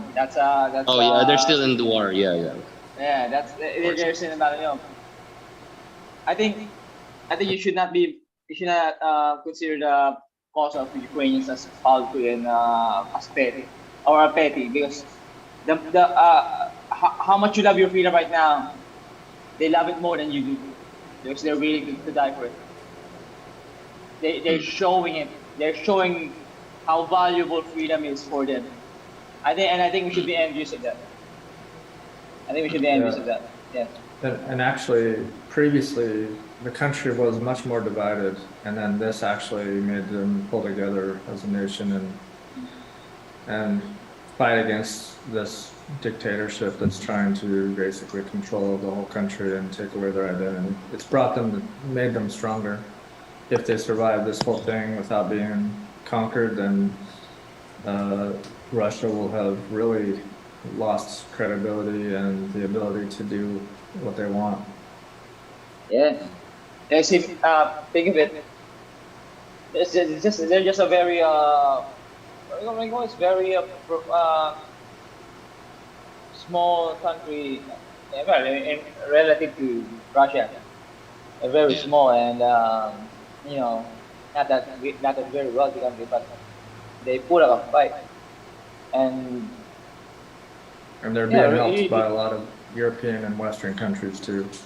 that's true. And Europe has been willing to sacrifice their own wealth just for the freedom of the Ukrainians. They've been suffering a very high surge of oil prices. I think the US is also experiencing it. We in the Philippines are experiencing it, and I think it's worth it. It's a pain worth to take it. I think, however high these oil prices will get, it's worth it as long as the Ukrainians will be able to maintain their freedom. Yeah, Yeah, it's become a real focal point on the world. yeah, that's true. And I think it's a very small price to pay. Paying $10 more for your gas is a very small price to pay to make sure that a free country remains free. I mean, yeah, that's why they're being supported. It's an idealistic battle. It's a yeah, it proxy is. war They're between the idealistic. West, between Western values and Eastern values, old school values. And it's Taiwan's the sad same. that so many, Did you just say proxy war? yeah, It is a proxy war. It's like a continuation of the Cold War. Is it? yeah, essentially, it's a difference in values, and it's a clash of culture. The in the Cold War they have this lots of proxy wars all over the world, I think, and you know, communism is it's a magical word right now. Anyone can just use it anyway, in anywhere, anyway. But um, now it's not anymore about communism. It's just plain nations bullying other nations. Yeah. Back then, it If was Putin, mostly about ideas. so Right Uh, now, how many books Taiwan. of how many books of Karl Marx have you read? I'm not gonna go into Karl Marx in its detail But because he is the one who you know invented communism. oh yeah, Yeah, I can yeah. use also Karl. I can also use Karl Marx to make my breakfast, make you ask you to get me breakfast tomorrow. I can use Karl Marx that. I mean, I can put Karl Marx into anything right now if I'd like. but But now but that's not how it works, it's right? just nations. We can get books right now telling It's us not. how Karl Marx invented communism. It's not. It's Invented not. the It's so idea of different. communism. It's so different. It's so different. No, but It's it's not not what. so It's not. different. It's not so It's different. As a social studies major, I can tell you that. I can tell you oh that it's not so different because you can observe Karl Marx principle in almost all of these communist states, from from the communist rebellion in Russia to Pol Pot. It's always about class struggle. That's a problem with the principle of communism. They're always looking for a fight. They're always looking for the next fight. Mhm. It's never a resolution. Someone is always oppressed. Someone's always the oppressor. There's no Mhm. resolve. It's an ending battle. Mhm. That's not how the world will survive. It's chaos in the making, which it has proven itself. No communist rebellion have resulted in the most happiest place in the world. Oh, North Korea, Vietnam, Russia, China. Cambodia, China. You don't even have to mention it, right? You can Uh, even skip China. You go to the small spaces, and you still get the worst results. Uh, um, what else? The tiny neighborhood of U.S. Che Cuba. Guevara, Cuba. Cuba. Where has communism worked? It has not. So I think it's just really ridiculous to find a way to defend it. It's the most ridiculous. Um, it is as stupid as because divine. Yeah. what we observe that failed, these are aberrations of the Marxist concept, and the Marxist concept, I think, although it was the idea of a moneyless society is good, but Marx, I don't think that he is justified it in terms of the nature of nature or the physics of the world, not in those terms, Yeah, and they should have.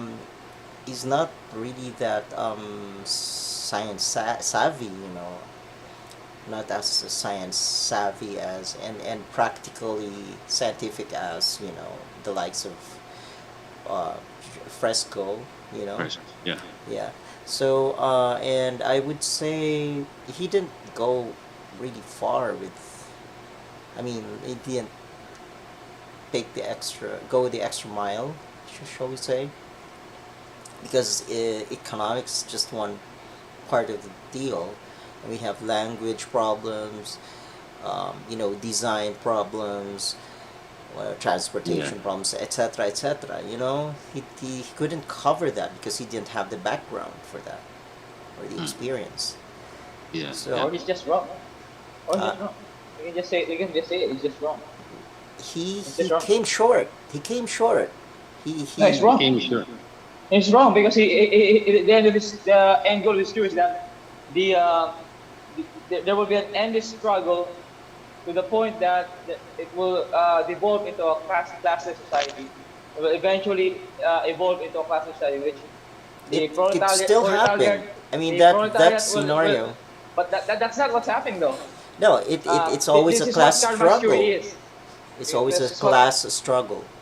this is what How Karl about Marx theory is. I have Karl a Marx said, oh sorry, let's just finish this part. okay. Karl Marx said that the proletariat will destroy the bourgeoisie until classes will dissolve. That's not what happened. There were working class rebellions all over communist focal points in this world. It did not destroy the bourgeoisie. It invented a new class, uh, communist autocrats in China, right? In Russia, you got these are all ruled by communist autocrats. The reason why it will never have a classless society can never happen because we need to have a function. We need to have a functional way to manage things. Management always entails leadership. Okay, so we need to back up a little, and we remember our childhood Sorry. days when we were so dependent on our parents, and they got the upper hand on so many things because they got the experience, etc., etc., and then the knowledge. So when you get older, you get more experience along the way. You accumulate more knowledge and maybe the right knowledge and all that. So you become independent. And you don't need policing from your parents and whoever else, right? So we can achieve that. And in a society like this, in a global society, the designs like that, where you have to depend on somebody else, because because society itself, it's designed such as, people will be dependent on others in so many areas because people are specialized. You know, they're brought up or educated to be a specialist in something. You know, they're not given all the information they need to be more independent, to be more able, to be able to do so many things. Mm. To be not just a doctor but also be a mathematician, a physicist, a carpenter, whatsoever. So that's not our upbringing. That's not our training. That's why um, this society works, and this society is still relevant. Otherwise, it will become obsolete if we were brought up differently. If we were given all the information we need, scientific, relevant education. So um, I think the class struggle that's gonna happen here isn't a class struggle per se, according to Karl Marx, but I think it's a class struggle from within, something like that. the class is relevant. The class is relevant to the present situation. It will always be the result because there will always be a disparity between the rich and the underprivileged because of the economic model, right? Yeah. Um, and so the poor will always have the have-nots. You always lack things, which they cannot just demand from the rich, which employs them, or which employ them. So Yeah. and the rich will not just give things for free, of course, because the economic model is such that I, I will have to gain from you, from your And labor, from your. it's not just it. It's proven that the corollary doesn't work. If let's say let's just eradicate the rich because they steal from the poor, that just doesn't work. Russia did it. The Chinese did it. The Chinese communists did it. Yeah, I think you're right. I think you're right. They I end up think you're in right. poverty. I They end think up you're in right. poverty. You're Yeah. right in saying that, because I don't think Marx really presented more intricate kind of solution, like a holistic solution to that. He just predicted an outcome arising from this present situation, and he only like maybe came up with an idea of a moneyless society, but cannot really, didn't have the complete solution. I mean, he didn't he could not cover, you know all these other different areas. So, from his then revolutionary idea came this aberrated versions of communism. That's what happened, and those aberrated versions failed. And Sayang, by the way, that there are buildings right now in China that are being decommissioned because people have stopped paying their mortgages, I guess. They oh, stopped. Yeah, you remember one of those China's ghost cities? mm, Yeah, right. There's lots of buildings coming up left and right, and then now recently they are starting to demolish those buildings. You were talking about Evergrande, the Evergrande downfall. One of the largest one of the biggest real estate companies in China. Yeah. And the reason communism doesn't work is that you as a businessman doesn't have right over the government. The government's role should be just to protect your right, not to override it. Mm. Um, the Chinese company overrode the many lots of things with Evergrande, Okay, uh, so and that okay, is so just destroyed them. the idea of Yeah. communism only covers one area, like, or it proposes one solution that is not, that, that kind of, hangs in the air like that. It's so unstable. It's, it needs other. There are so many other areas that it couldn't cover. Like the likes of Marx couldn't cover because he didn't have the uh, the background or the experience or the inclination or, the knowledge.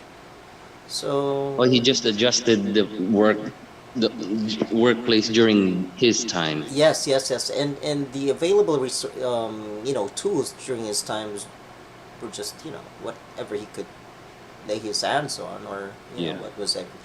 So I mean, like, we could say maybe that communism is dead in its tracks because it's already obsolete,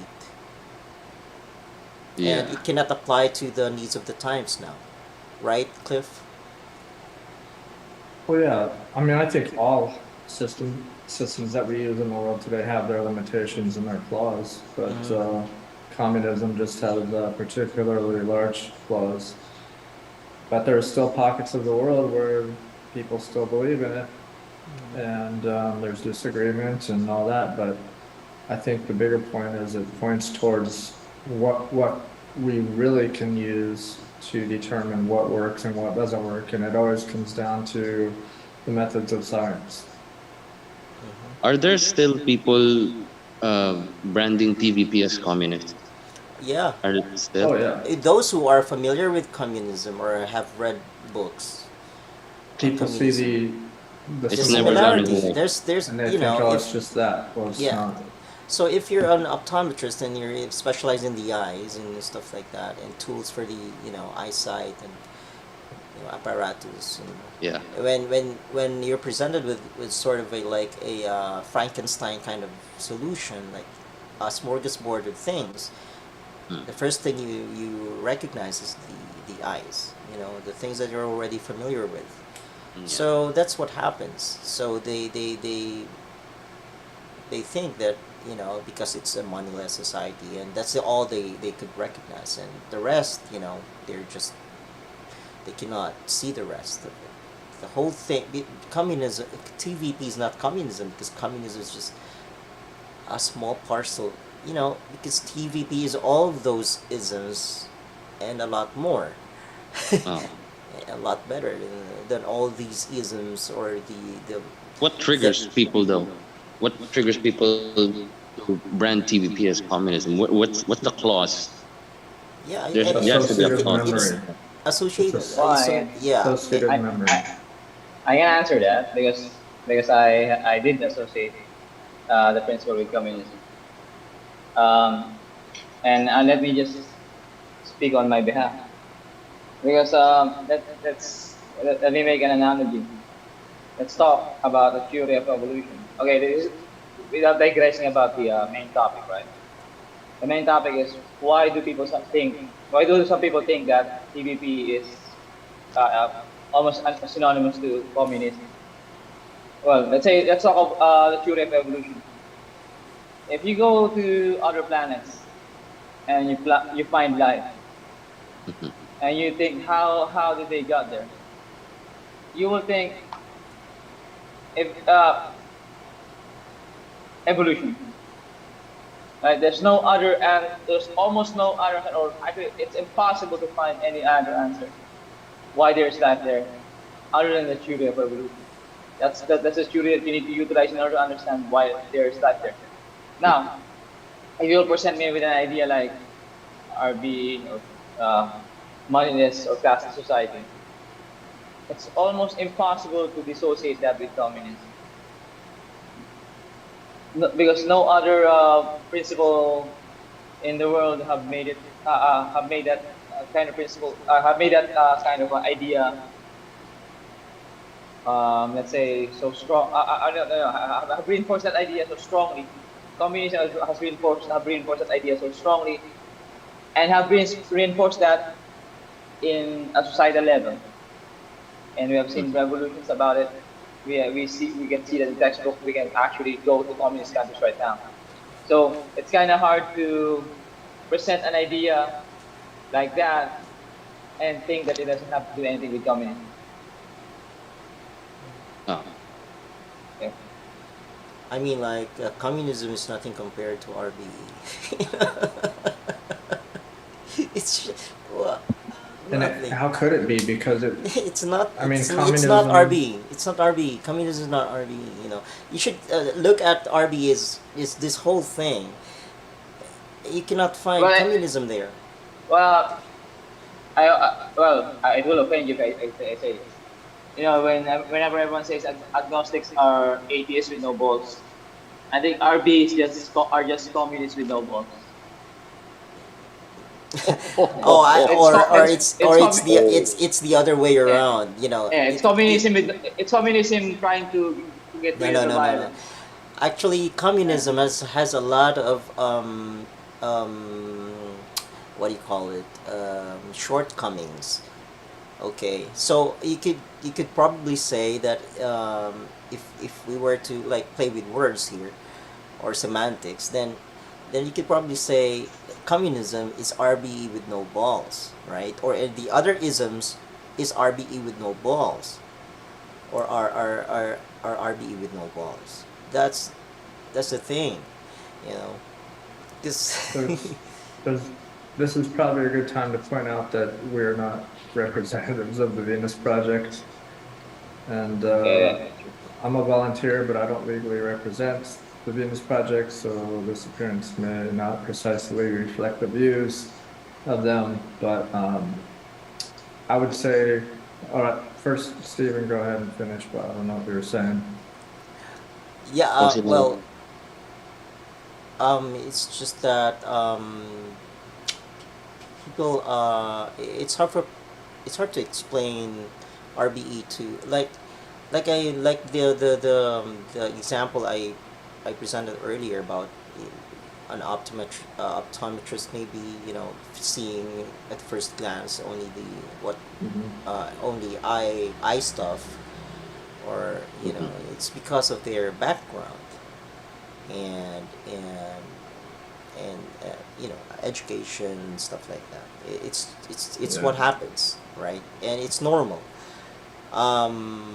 And to hear people say that, you know, maybe RB is anarchy because it has that element there, because there's no government, there's no laws, and so it's that's why There's no human government. no, so there's no human government. Yes, precisely. So I mean, anarchists would recognize that in RB and say, hey, that's anarchy, or you know, or I Yeah. can relate to the anarchist part in that, maybe on occasion. Yeah, you can hear someone say that, or you know, actually, what's happening is the communists can relate to the seemingly communistic part in RB. You see, so that's just what happens. So So I have you heard about the saying that to err is to be human. to what? To Hmm. err is to be human. To err.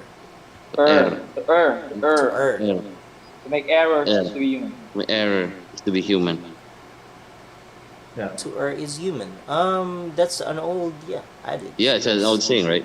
So, but this isn't governed by humans. So this stuff, this RBE, isn't governed by human at all. I It's mean, like there's no hierarchy here. How would that work? I mean, at first maybe there should be a semblance of hierarchy, because you know, if I invented something like never before, an unprecedented technology, like maybe Bluetooth technology and whatever, you know, any new technology, and see, I have the blueprint, I have the schematics, everything about the new stuff, and so when I present this to the world, then the newbies or the consumers would turn to me for guidance or instruction how to use this thing, right?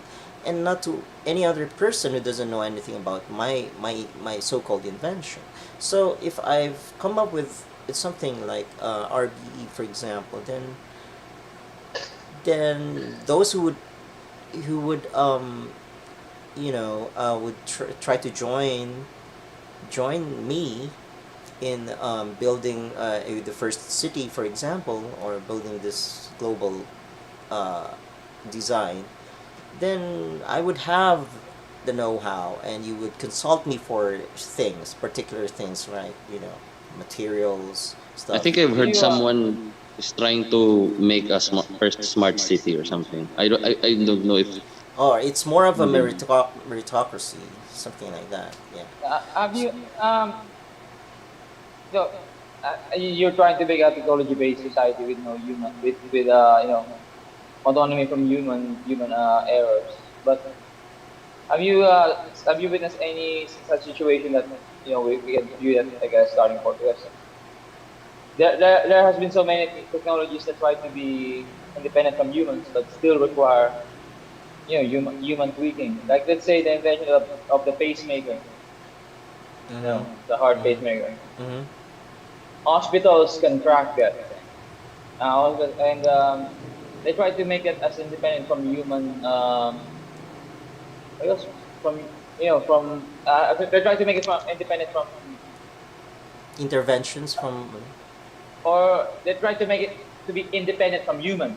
Period.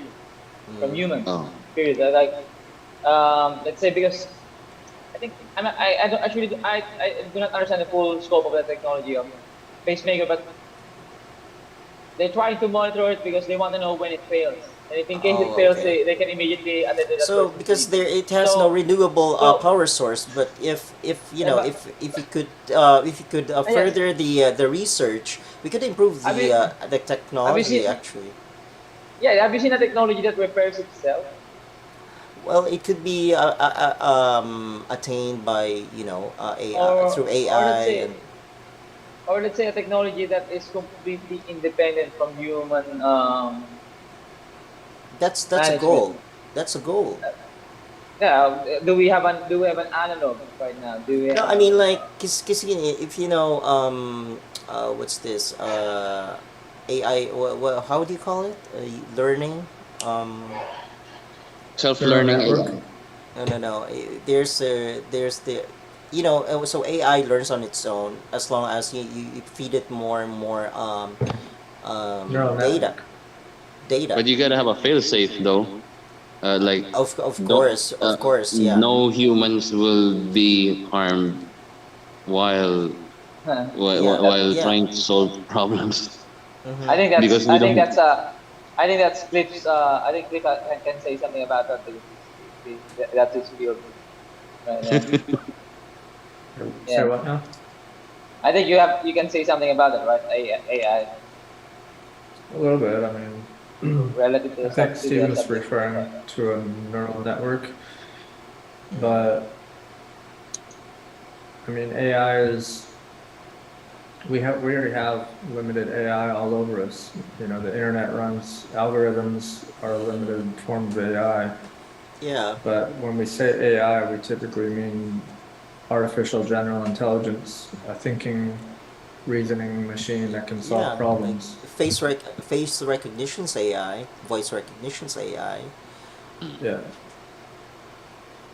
Um, when we're talking about this kind of government, though, I had some points I was gonna mention about that. I forgot a few of them, but So this I type of a society is a society where we try to resolve problems the most efficient way possible through using technology and coming to decisions or arriving at decisions through the methods of science. So we want to take out as little or take out as much human intervention as possible and remove uh,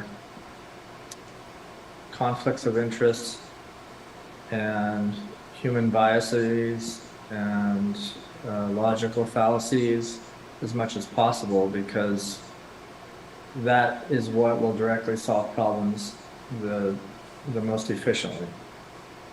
Yeah, And this, you're more huh? technologically inclined than the three of us, Cliff, right? Maybe So yeah, has there been a technology that has complete independence from humans? in limited aspects, yeah. I mean, No, yeah, yeah, yeah. Treat me as uh, I'm talking like an technological ignoramus. So when I say independent from humans, let's say like a butterfly, yeah, they will become caterpillars return to butterflies, regardless they're humans or not, right?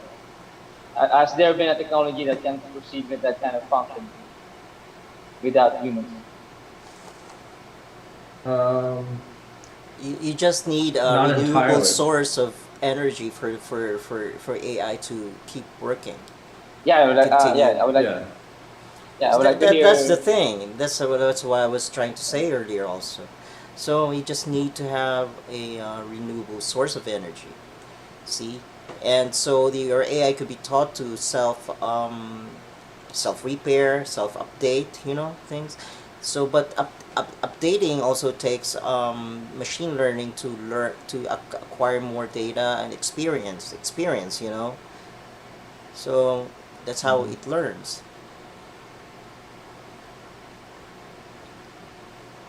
Until we have real AGI, artificial general intelligence, there will always need to be some amount of human management of it. But the goal is to make it as little as possible and to keep lowering that threshold. Because humans, our strength is not calculating numbers or doing things technically. We're not strong. Machines can think and do things much better than humans can. Our strengths are creativity, problem solving, and creating new technologies and things like that. Uh, a computer can think far faster than we can. We have other strengths. Mainly, another big one is pattern recognition. That's what our brains do naturally very well. That's how we can identify one person out of a crowd of millions of people instantly, right? That's a pattern recognition ability that we're born with. It's part of So our what kind of memory again? Predictability. No. associative memory. Yes. Associative. It's Well, part and parcel of that. Is the that's yeah, pattern recognition. that's related. But associative memory is when you see one thing and then you associate it with something similar. You say, "Oh, this is that," because it looks like that. Like you look at a lion and you go, "Oh, that's a tiger." Well, no, not really, but they're associated. They look similar. So the whole goal with a resource-based economy is to minimize as much human input as possible, so we arrive at decisions through data and through science, because then that removes all the human error, right? Yeah. And when you look at what the problems are, what the problems are based off of it, it almost inevitably comes down to there is scarcity that exists in some form in society, whether it's the scarcity of food, which makes somebody want to beat somebody and take their food if they're starving, or whatever it is, there's a scarcity. So the natural solution to that is create a system where there's abundance, and we eliminate the scarcity one by one thing at a time, starting with the most critical things, your basic needs. So what are our basic needs? You could go down a list and you could actually put them in order. Well, what would kill you the fastest? Not having air. Okay, we got that taken care of as long as we don't keep going where we're going. We need protection from the elements, like if it's real hot or real cold. So you take care of clothing and housing. We need water. If we don't have water, we're going to die in a week or less. Okay, so make an abundance of water. Then what is it? How about food? We put in systems that create an abundance of food for all people. You see, you can go down the list, and there's a Maslow's hierarchy of needs. Have you heard of that? Yeah. I've heard that Maslow's hierarchy. I Yeah, only know about that's marshmallows. a hierarchy of needs. Like, what will kill you the fastest? What do you need to take care of first if you're stranded in the woods, or you're in a snowstorm?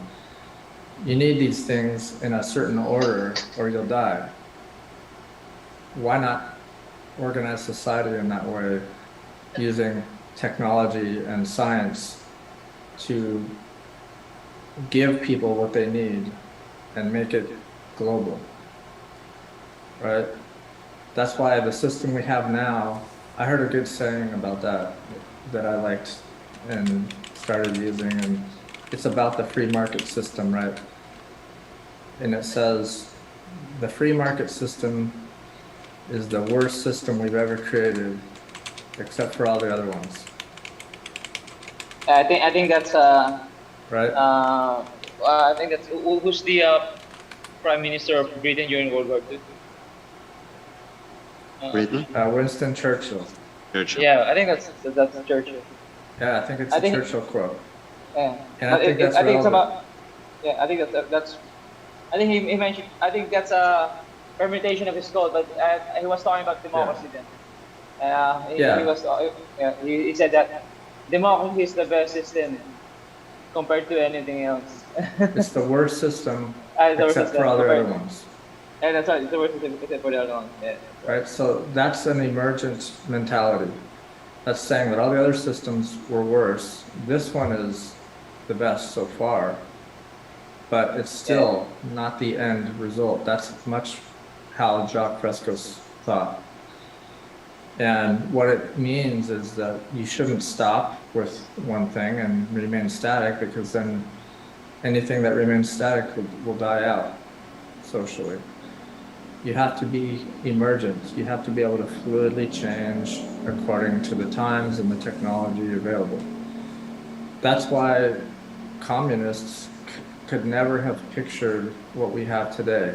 That's why their system is so obsolete. But the free market system is also obsolete in some ways too. It might be the best we have now, but that doesn't mean it's the best that there ever can be, right? I see a resource-based economy as a way to constantly keep improving, and that was the goal. Because tomorrow we'll have technologies that we don't have today. Mm-hmm. We might be able to give everybody food and not take away from other people, which is what the problem is we have plenty of food. We don't feed everybody because it would interfere with someone else in some way, probably with money. So that's the mentality, is an emergent global society directed by science and technology for the sake of creating a sustainable system of abundance that protects the environment, restores it back to where it was before we started causing problems, and one that can fluidly change, where there aren't people in charge of other people, because then you have the problem of communism, where it's an extreme version of that, where the government is centralized and controls every aspect of society. That doesn't work. Okay, we figured that out. It doesn't work. But the way we have it now, in a more democratic society, that has problems too. It might be better, but look what it's doing as far as, people complain that their politicians don't represent them anymore. Why is that? Well, there's a lot of money involved. The free market system is great for the system, or for the people that are in more modern societies, but what about Bangladesh? Not really doing a whole lot for them. And then what is it doing to the environment? Well, it's causing climate change. That's kind of a big problem. It's destroying the oceans. It's fishing them out, right? It's incentivizing growth over everything else. And that wasn't a problem in the early days because you couldn't tell what you were doing to the environment. Everything was abundant. It seemed like there was no limit to everything. The oceans had tons of fish. You could cut down the woods and there's tons of forest everywhere. You could burn all the coal you wanted and oil, and it just goes in the air and disappears, and everything seemed good until science started showing us what it's actually doing, right? So those are the shortcomings of the system. It's a good system for when it was created, but is it still good today? And I would argue that it's the best we have so far, but it's far, far from as good as it could be, as evidenced by all the problems you see in the world currently going on right now. Does that make sense? Makes sense. Yeah, I have a question there. There's this, I think you're all familiar with this, the trolley problem in The what? philosophy. Trolley problem. Oh, yeah. And yeah, everyone's familiar with that, right? Yeah. So Yeah. let's say we invented self-driving cars, or self-learning machines. Let's say a self-driving car was was either to run over a child or take a left lane and kill 5 people, or take a right lane and kill its passengers. What's the AI solution to that? Stop. No, it's either those are the situations. No, you can program the AI to stop. No, it's if it stops. Let's say if it stops, it's gonna kill the child. Let's say let's put it that way. So let's say that's limited to that parameters there. Let's take it to the limited parameters there. That if it stops, it kills the child. It takes a right turn, it kills 5 people. It takes a Then left don't turn, make it the kills passengers. AI go. Don't make the AI in the first place if it can kill somebody. But it's already there. We already have driving cars. Isn't that Self-driving cars? No, I'm talking about self-driving cars. You have a self-driving car. That's AI, right? It has to be AI. It has to be AI. Self-driving car has to be It has AI. limitations for now, Yeah, that's true. But are you telling me that it's never gonna encounter a trolley situation, a trolley problem situation? Right. No. The proposition is the trolley problems proposition is ridiculous when you hear it. Yeah. But Here's it exists in real life. Problem. Here's the problem with the trolley situation, though. If you have a situation where a machine has to make a decision to kill either 5 people or 1 person, and there's no other option, obviously it should be the 1 person, not the 5, right? Yeah. But you don't But allow then- for that, yeah. If you leave that situation alone, then you're gonna keep running into that problem again and again. Mhm. The solution is to think scientifically about it and think what caused that situation At the first place. and why was there that choice to begin with, and then you try to eliminate that. Yes, Wow. Yeah, that's the real problem. Is like you create a thought experiment like that with a limited kind of a predictable kind of outcome. So Yeah. it's a limited, there's no leeway for, there's no leg room, no headroom for anything else. That's It has not, to be Yeah. solid. that's not reality though. That's not reality. well, it's a It is relevant not. question. It is not. It is philosophical. It's a philosophical question, and most philosophical questions are not intertwined with reality. So it's philosophy. Yeah. It's an extreme situation that's possible but not likely. Yeah. And I was just going to say something else about it, but The trolley situation is, yeah, I'll come back to it. It's oh yeah, I was gonna say that points out the problem with the way we're organized today, the way we have society arranged. And you could say, okay, You have if limited there's someone options. out on the street that's killing people, what do? Obviously, you gotta stop them from killing people. And the best way to do that now is send police to put them in jail. Hmm. Okay? If you have another person that does that, do you just keep doing the same thing? Or do you look at why is that person killing people and try to find out and then change that problem? We don't do that today. We throw them in jail, we punish them, and we hope that other people won't do it because they're afraid of being punished too, but it doesn't work. Otherwise, why are people still killing each other? You see, our society now is not arranged that way because Because there's all kinds of other problems involved. if There's you prisons yes, that because are you if run you for found profit. yeah, exactly. I was about to say that if you found another way of dealing with situations like that, you could put them out of business. Yeah, what would the police do if they have no more people to police? They'd have Yeah. no job. Yes. That's a problem. The police union is going to fight anything that takes the security of their jobs away. That's the problem with money and the way we have things organized today. It might be better than all the other systems, but is it still changing and improving? And I would say no. It's established. It's centralized, and we need to decentralize things, right? Decentralize things. Yeah, we need to decentralize power Oh, and solve okay. problems with technology, not try to punish people and think that that's going to solve the underlying problem. It does not do that. Going back to the trolley problem, China is in the situation right now, and we're as you can see, they're doing really bad. They're choosing enormous city lockdowns um, over the freedom of people to move. Let's say it's a COVID-19 situation, right? So Mhm. you lock down 2 million people so that they won't get COVID, or you allow them to move freely.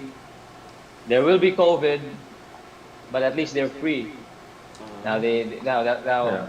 now yeah, there are chances of people will die because they will get COVID, but yeah, at least they're free.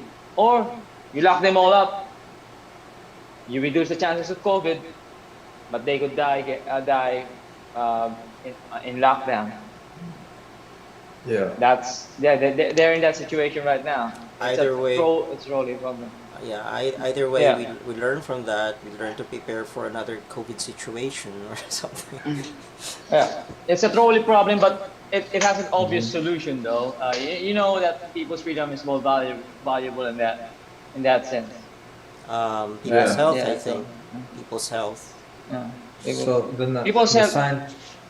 the scientific approach there would be, where did COVID come from and how did it get out? And then Yeah, you figure out, okay, how do we prevent that from happening again? And that's like a scientific way of resolving the problem and making your problems less and less dramatic or serious. Because eventually, if you solve all of the major problems, then all you're left with are smaller and smaller problems, right? And that's progress. That's what we need. That's how science works. If we don't, I then have a we're just question. random. Yeah. Uh, uh, um, can you go back to the trolley problem? Since it's a philosophical problem, how does a scientist or in a scientific approach solve such ethical problems like this? Or is there a is it going back more and I mean, like we all make mistakes, right? We don't get it right the first time. Like Jock's example was the first few people who tried to invent a plane or study, flight. There was one guy first who jumped off a tall whatever structure, and he had like maybe some sort of wing thing. Yeah. So next time his brother goes up there and tries it, maybe make the wings bigger.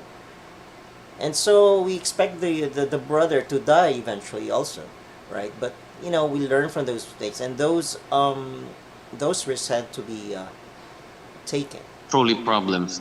The trolley problems happen initially in the process, but Yeah, I mean, in the No, no. sort later of. part, I think the trolley problem doesn't really have a. I think I'm sorry. The best solution there is do nothing. For me, because let's say because you can make so many permutations of the trolley problem. Let's say you're in a hospital, and there's a guy there are five people there. One needs a kidney, one needs a heart, one needs a lung, one needs intestine, or let's say some sort of a organ transplant. Five people needs organ transplant, and there's one guy there who has perfectly healthy organs. But does the doctor kill that guy and collect his organs and then save five No, people? it doesn't work that way. No, doesn't work that way, right? The doctor does will choose not to kill that guy. No, but And you the same see, way, making that choice, he is also forsaking the life of those five other you know, patients. because the So donor yeah, has to donate out of his, yeah, out of his own volition, right? yeah. That's why. What people call free will, Mm. right? At the same So, time, as Clinton said, it's not based on it's based on reality. It's a philosophical conundrum. mhm. Basically, base it on reality.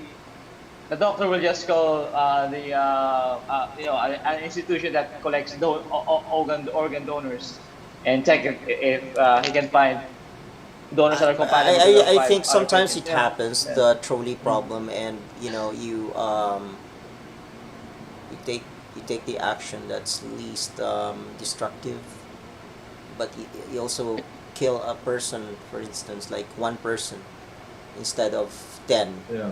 You I know. I was referring to uh, like you said airplanes, right? Mm, Stephen mm. gave the example of airplanes back then. Lots of So, people and, died, and what I but was trying to now, say there was that we no, tend to make the wrong, arrive at the wrong decisions at yeah, yeah, first, yeah. right? So we But let learn me from finish that. first.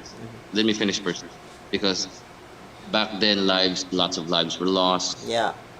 But now only the very minute technical things, not anymore involved. Doesn't need for people to die. Okay, so only the technical issues on the airplane are being upgraded, being improved. That's it. You don't. There's no likely of a person to die. Same with the system right now. But according to Clifton, like people are being like jail and drugs and whatever, just put them in jail, and it's not what should we go back to being laws?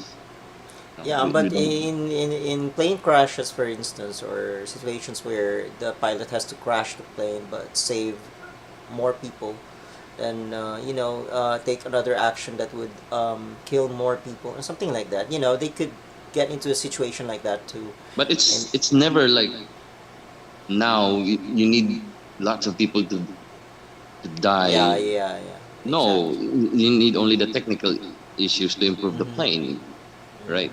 So less people are dying. I don't know, Or but draconian measures in Machiavellian, stuff like that. They tend to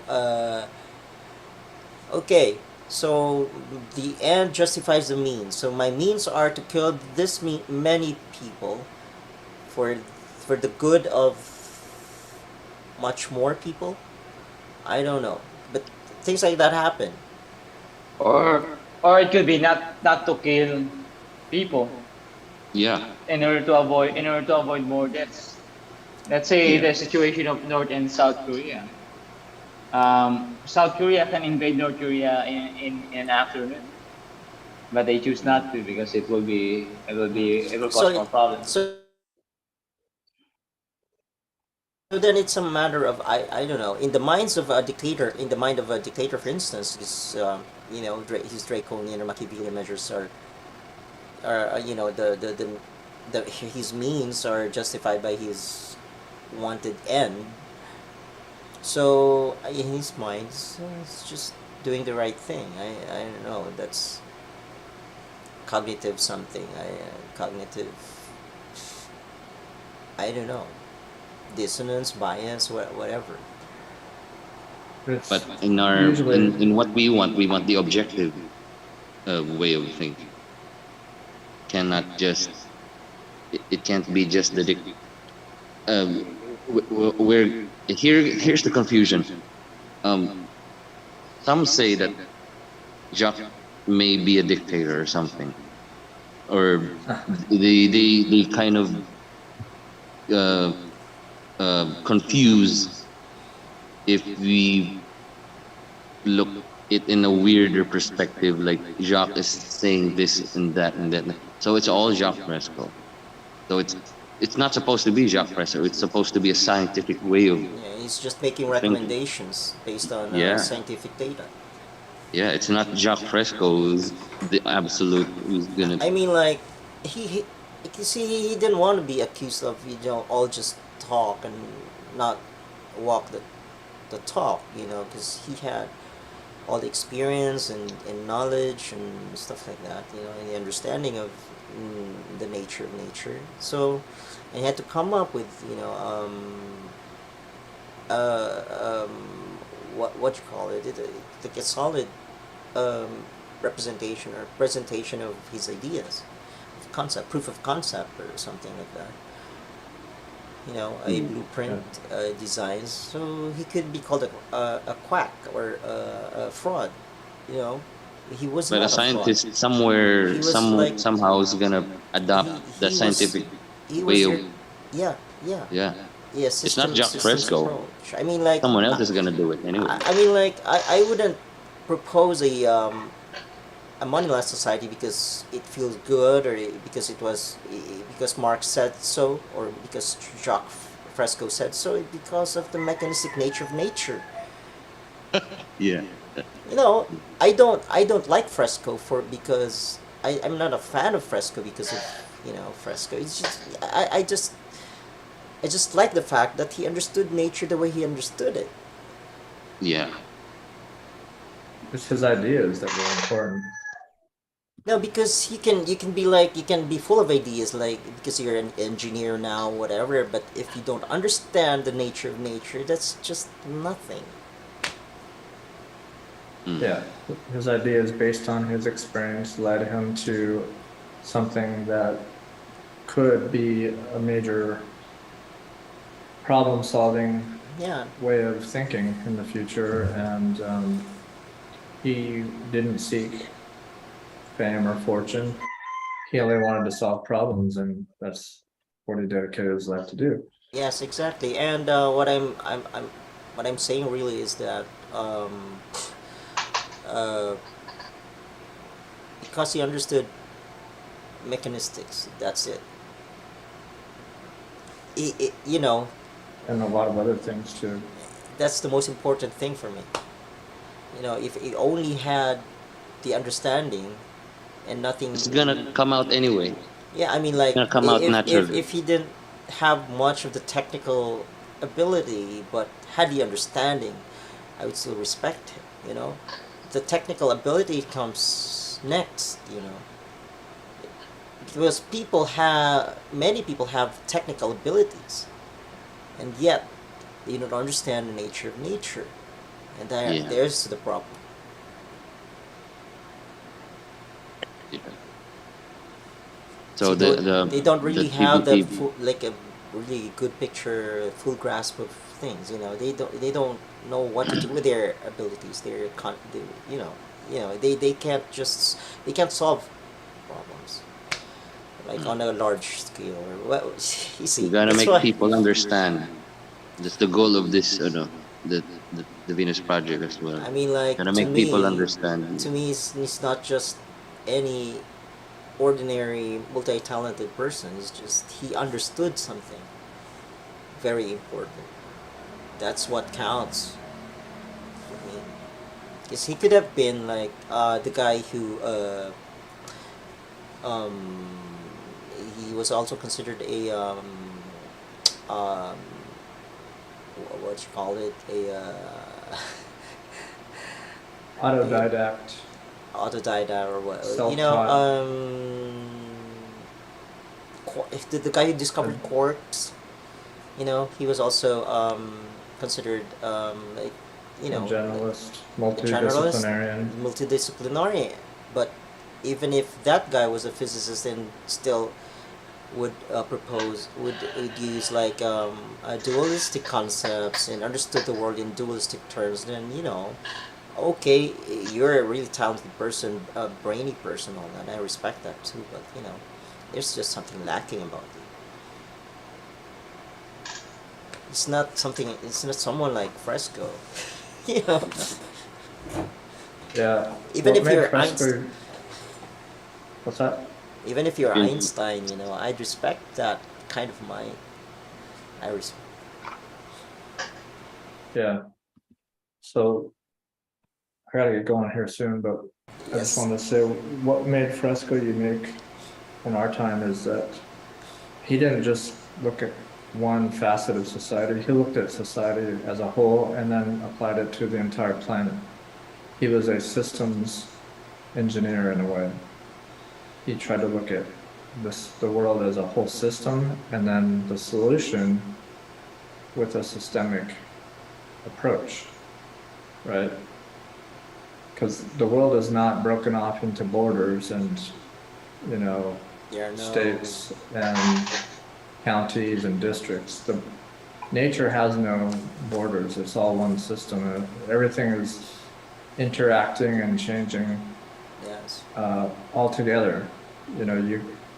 Like I've heard Lawrence Krauss, a famous this astrophysicist, is say something about this, and it was amazing because he said you could take a person and drop drop them off on a beach at the ocean and prick their finger and put one drop of their blood in the ocean. And you could come back a year later and take a sample of that water, and they have tools sensitive enough to pick out atoms in the water that came from that one person's drop of blood, wow. right? So that shows how integrated everything really is. We don't see that. We could never sense that. And Fresco said that in another way. He said something to the effect of you don't see the plug connected to the environment, but we're all connected directly to the environment. If you take away sunlight, all life Yes. dies. Yes. If you Yeah. take away the plants, all the animals die, and then we die. Yeah. That's If you take away anything yes. major in nature, it's all connected, and you don't find that out. That's the core teaching. That's the Yeah, core teaching. that's one of the core aspects of what he teaches is that everything's connected and nature is one giant system. And if you don't have an approach to manage that system intelligently, you're going to have the problems we see today. Climate I have change. a, Yeah. I have a question. There in the States, in the United States, uh, who would probably side with Fresco since in the US you have the Republican and Democrat, right? So who would Uh-huh. most likely adopt Fresco? No one. Neither. Neither. I would say neither because they're both completely Stuck completely in this old system. convinced that the system we have now is the best there can ever be.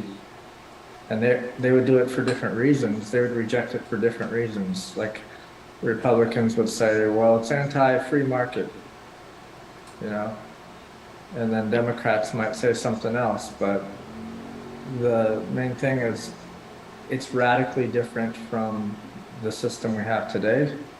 Even the It's liberals, radically, oh even yeah, the liberals. yeah. They're Oh, as dependent on the system we have today as the other ones. And They would like, the neoliberals here in the Philippines, at least, they're still pushing for economic, monetary economic activity, and that's their solution within the same system. So what we have now, most people think that good governance is, well, it solves some problems within maybe the system. libertarians. Have you heard about libertarian? yeah, libertarians would probably be more in favor of it. Probably anarchists would be more in favor of it.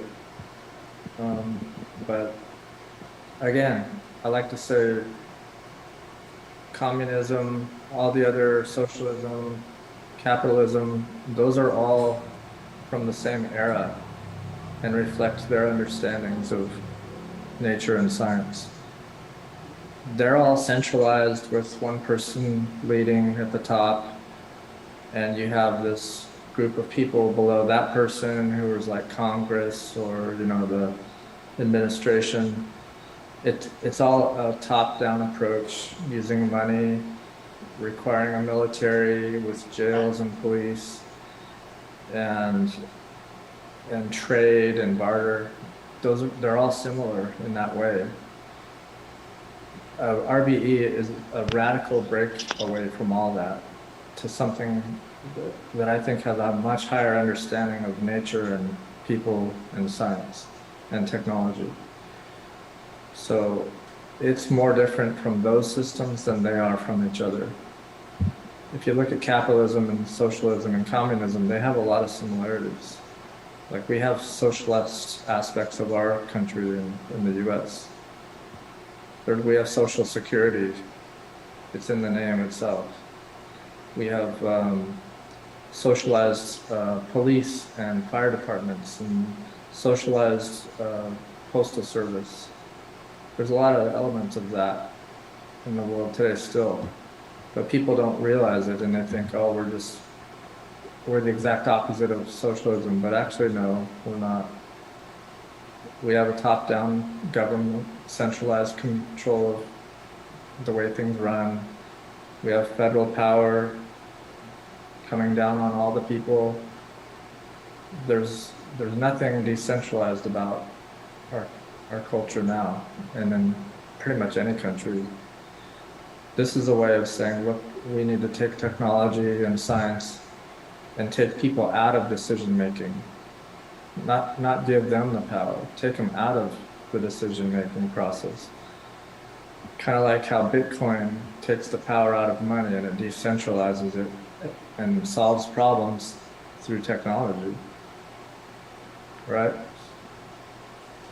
The internet is one of the most progressive things and the most similar to what this idea is, right? The internet isn't controlled by one government or entity. It's the whole planet working together with servers and systems and networks all connected.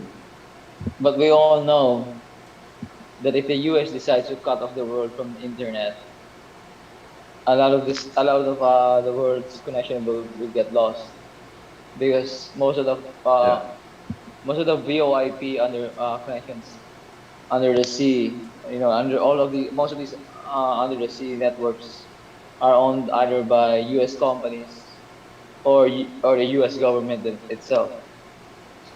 So it still boils down to them, right? Yeah.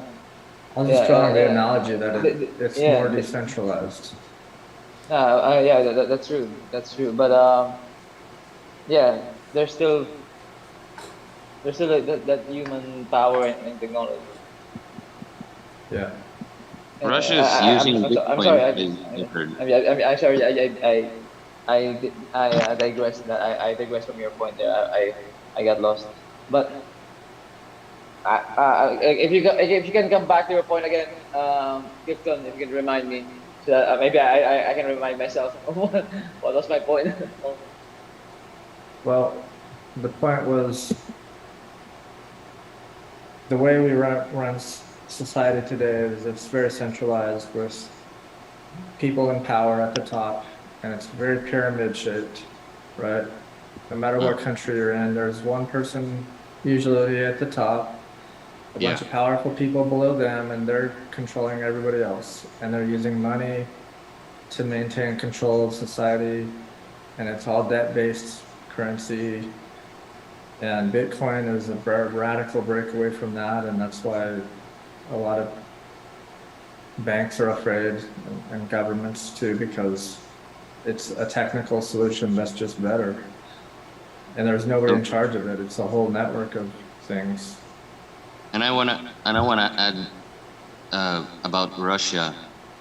I heard that Russia, since their bank, their monies are being locked by U.S. or what was that? The World Bank or Yeah, something. yeah, So the now They they're were using sanctions. Bitcoin. they were They're removed from now the using Swift code. Bitcoin. They were removed from the Swift code. Yeah. And yeah, and Yeah, aside from that, yes, if you think of it, if the U.S. decides to, yeah, this is it. I don't know. I'm not so sure if most of the world is decentralized. There are small centers of powers wherever you go, which is like yeah, like what is necessary for basic society to function. Because whenever you find a yeah, society with no centers of power, you'll get something like Libya, Afghanistan, or a lot of the failed states in yeah. Africa. And you know, if the U.S. decides to eliminate Bitcoin, if the U.S. wants to take the most extreme methods of eliminating Bitcoin, it can do it like tomorrow. It can shut down all the internet cables. We could try. Yeah, it could try. Yeah, it could try. Yeah, and There's no then what? guarantees. Yeah, that's true. And then the other countries would just have to invent their own networks, right? And they can just isolate the U.S. from that. But yeah, Yeah, I'm just yeah, I think I'm dozing off. I'm forgetting my point there. yeah, that's all right. I gotta get going soon too because Decentralizing. I'm getting hungry. It's But about decentralizing. Oh yeah, take care, man. You need to nourish yourself. yeah, Yeah, it's it's almost two almost o'clock, two and I o'clock haven't had there. food today yet. Oh man. Well, that's because we miss you here for a long time. Oh, You thank you have to very make up much. for that for your absence. Yeah, it's been a little while, so I've been talking, trying to make up for it, I guess. Yeah. But And so hopefully, yeah. So hopefully people understand. We yes, will. we could have more people next Sunday here. So it's gonna be a Sunday thing for us from now on. Yeah, Yeah, thank you, Dr. Sapa and Mr. Celario, for gracing the live stream again after a long while. It's Yep. as always, it's very interesting and well, empowering discussion because we learn a thing or two from each other. yeah, So, yeah. Recharge. mhm. Yeah. Recharge our And minds. also, if you guys are interested or anyone that hears this wants to learn more about what we're talking about, just go to thevenusproject.com.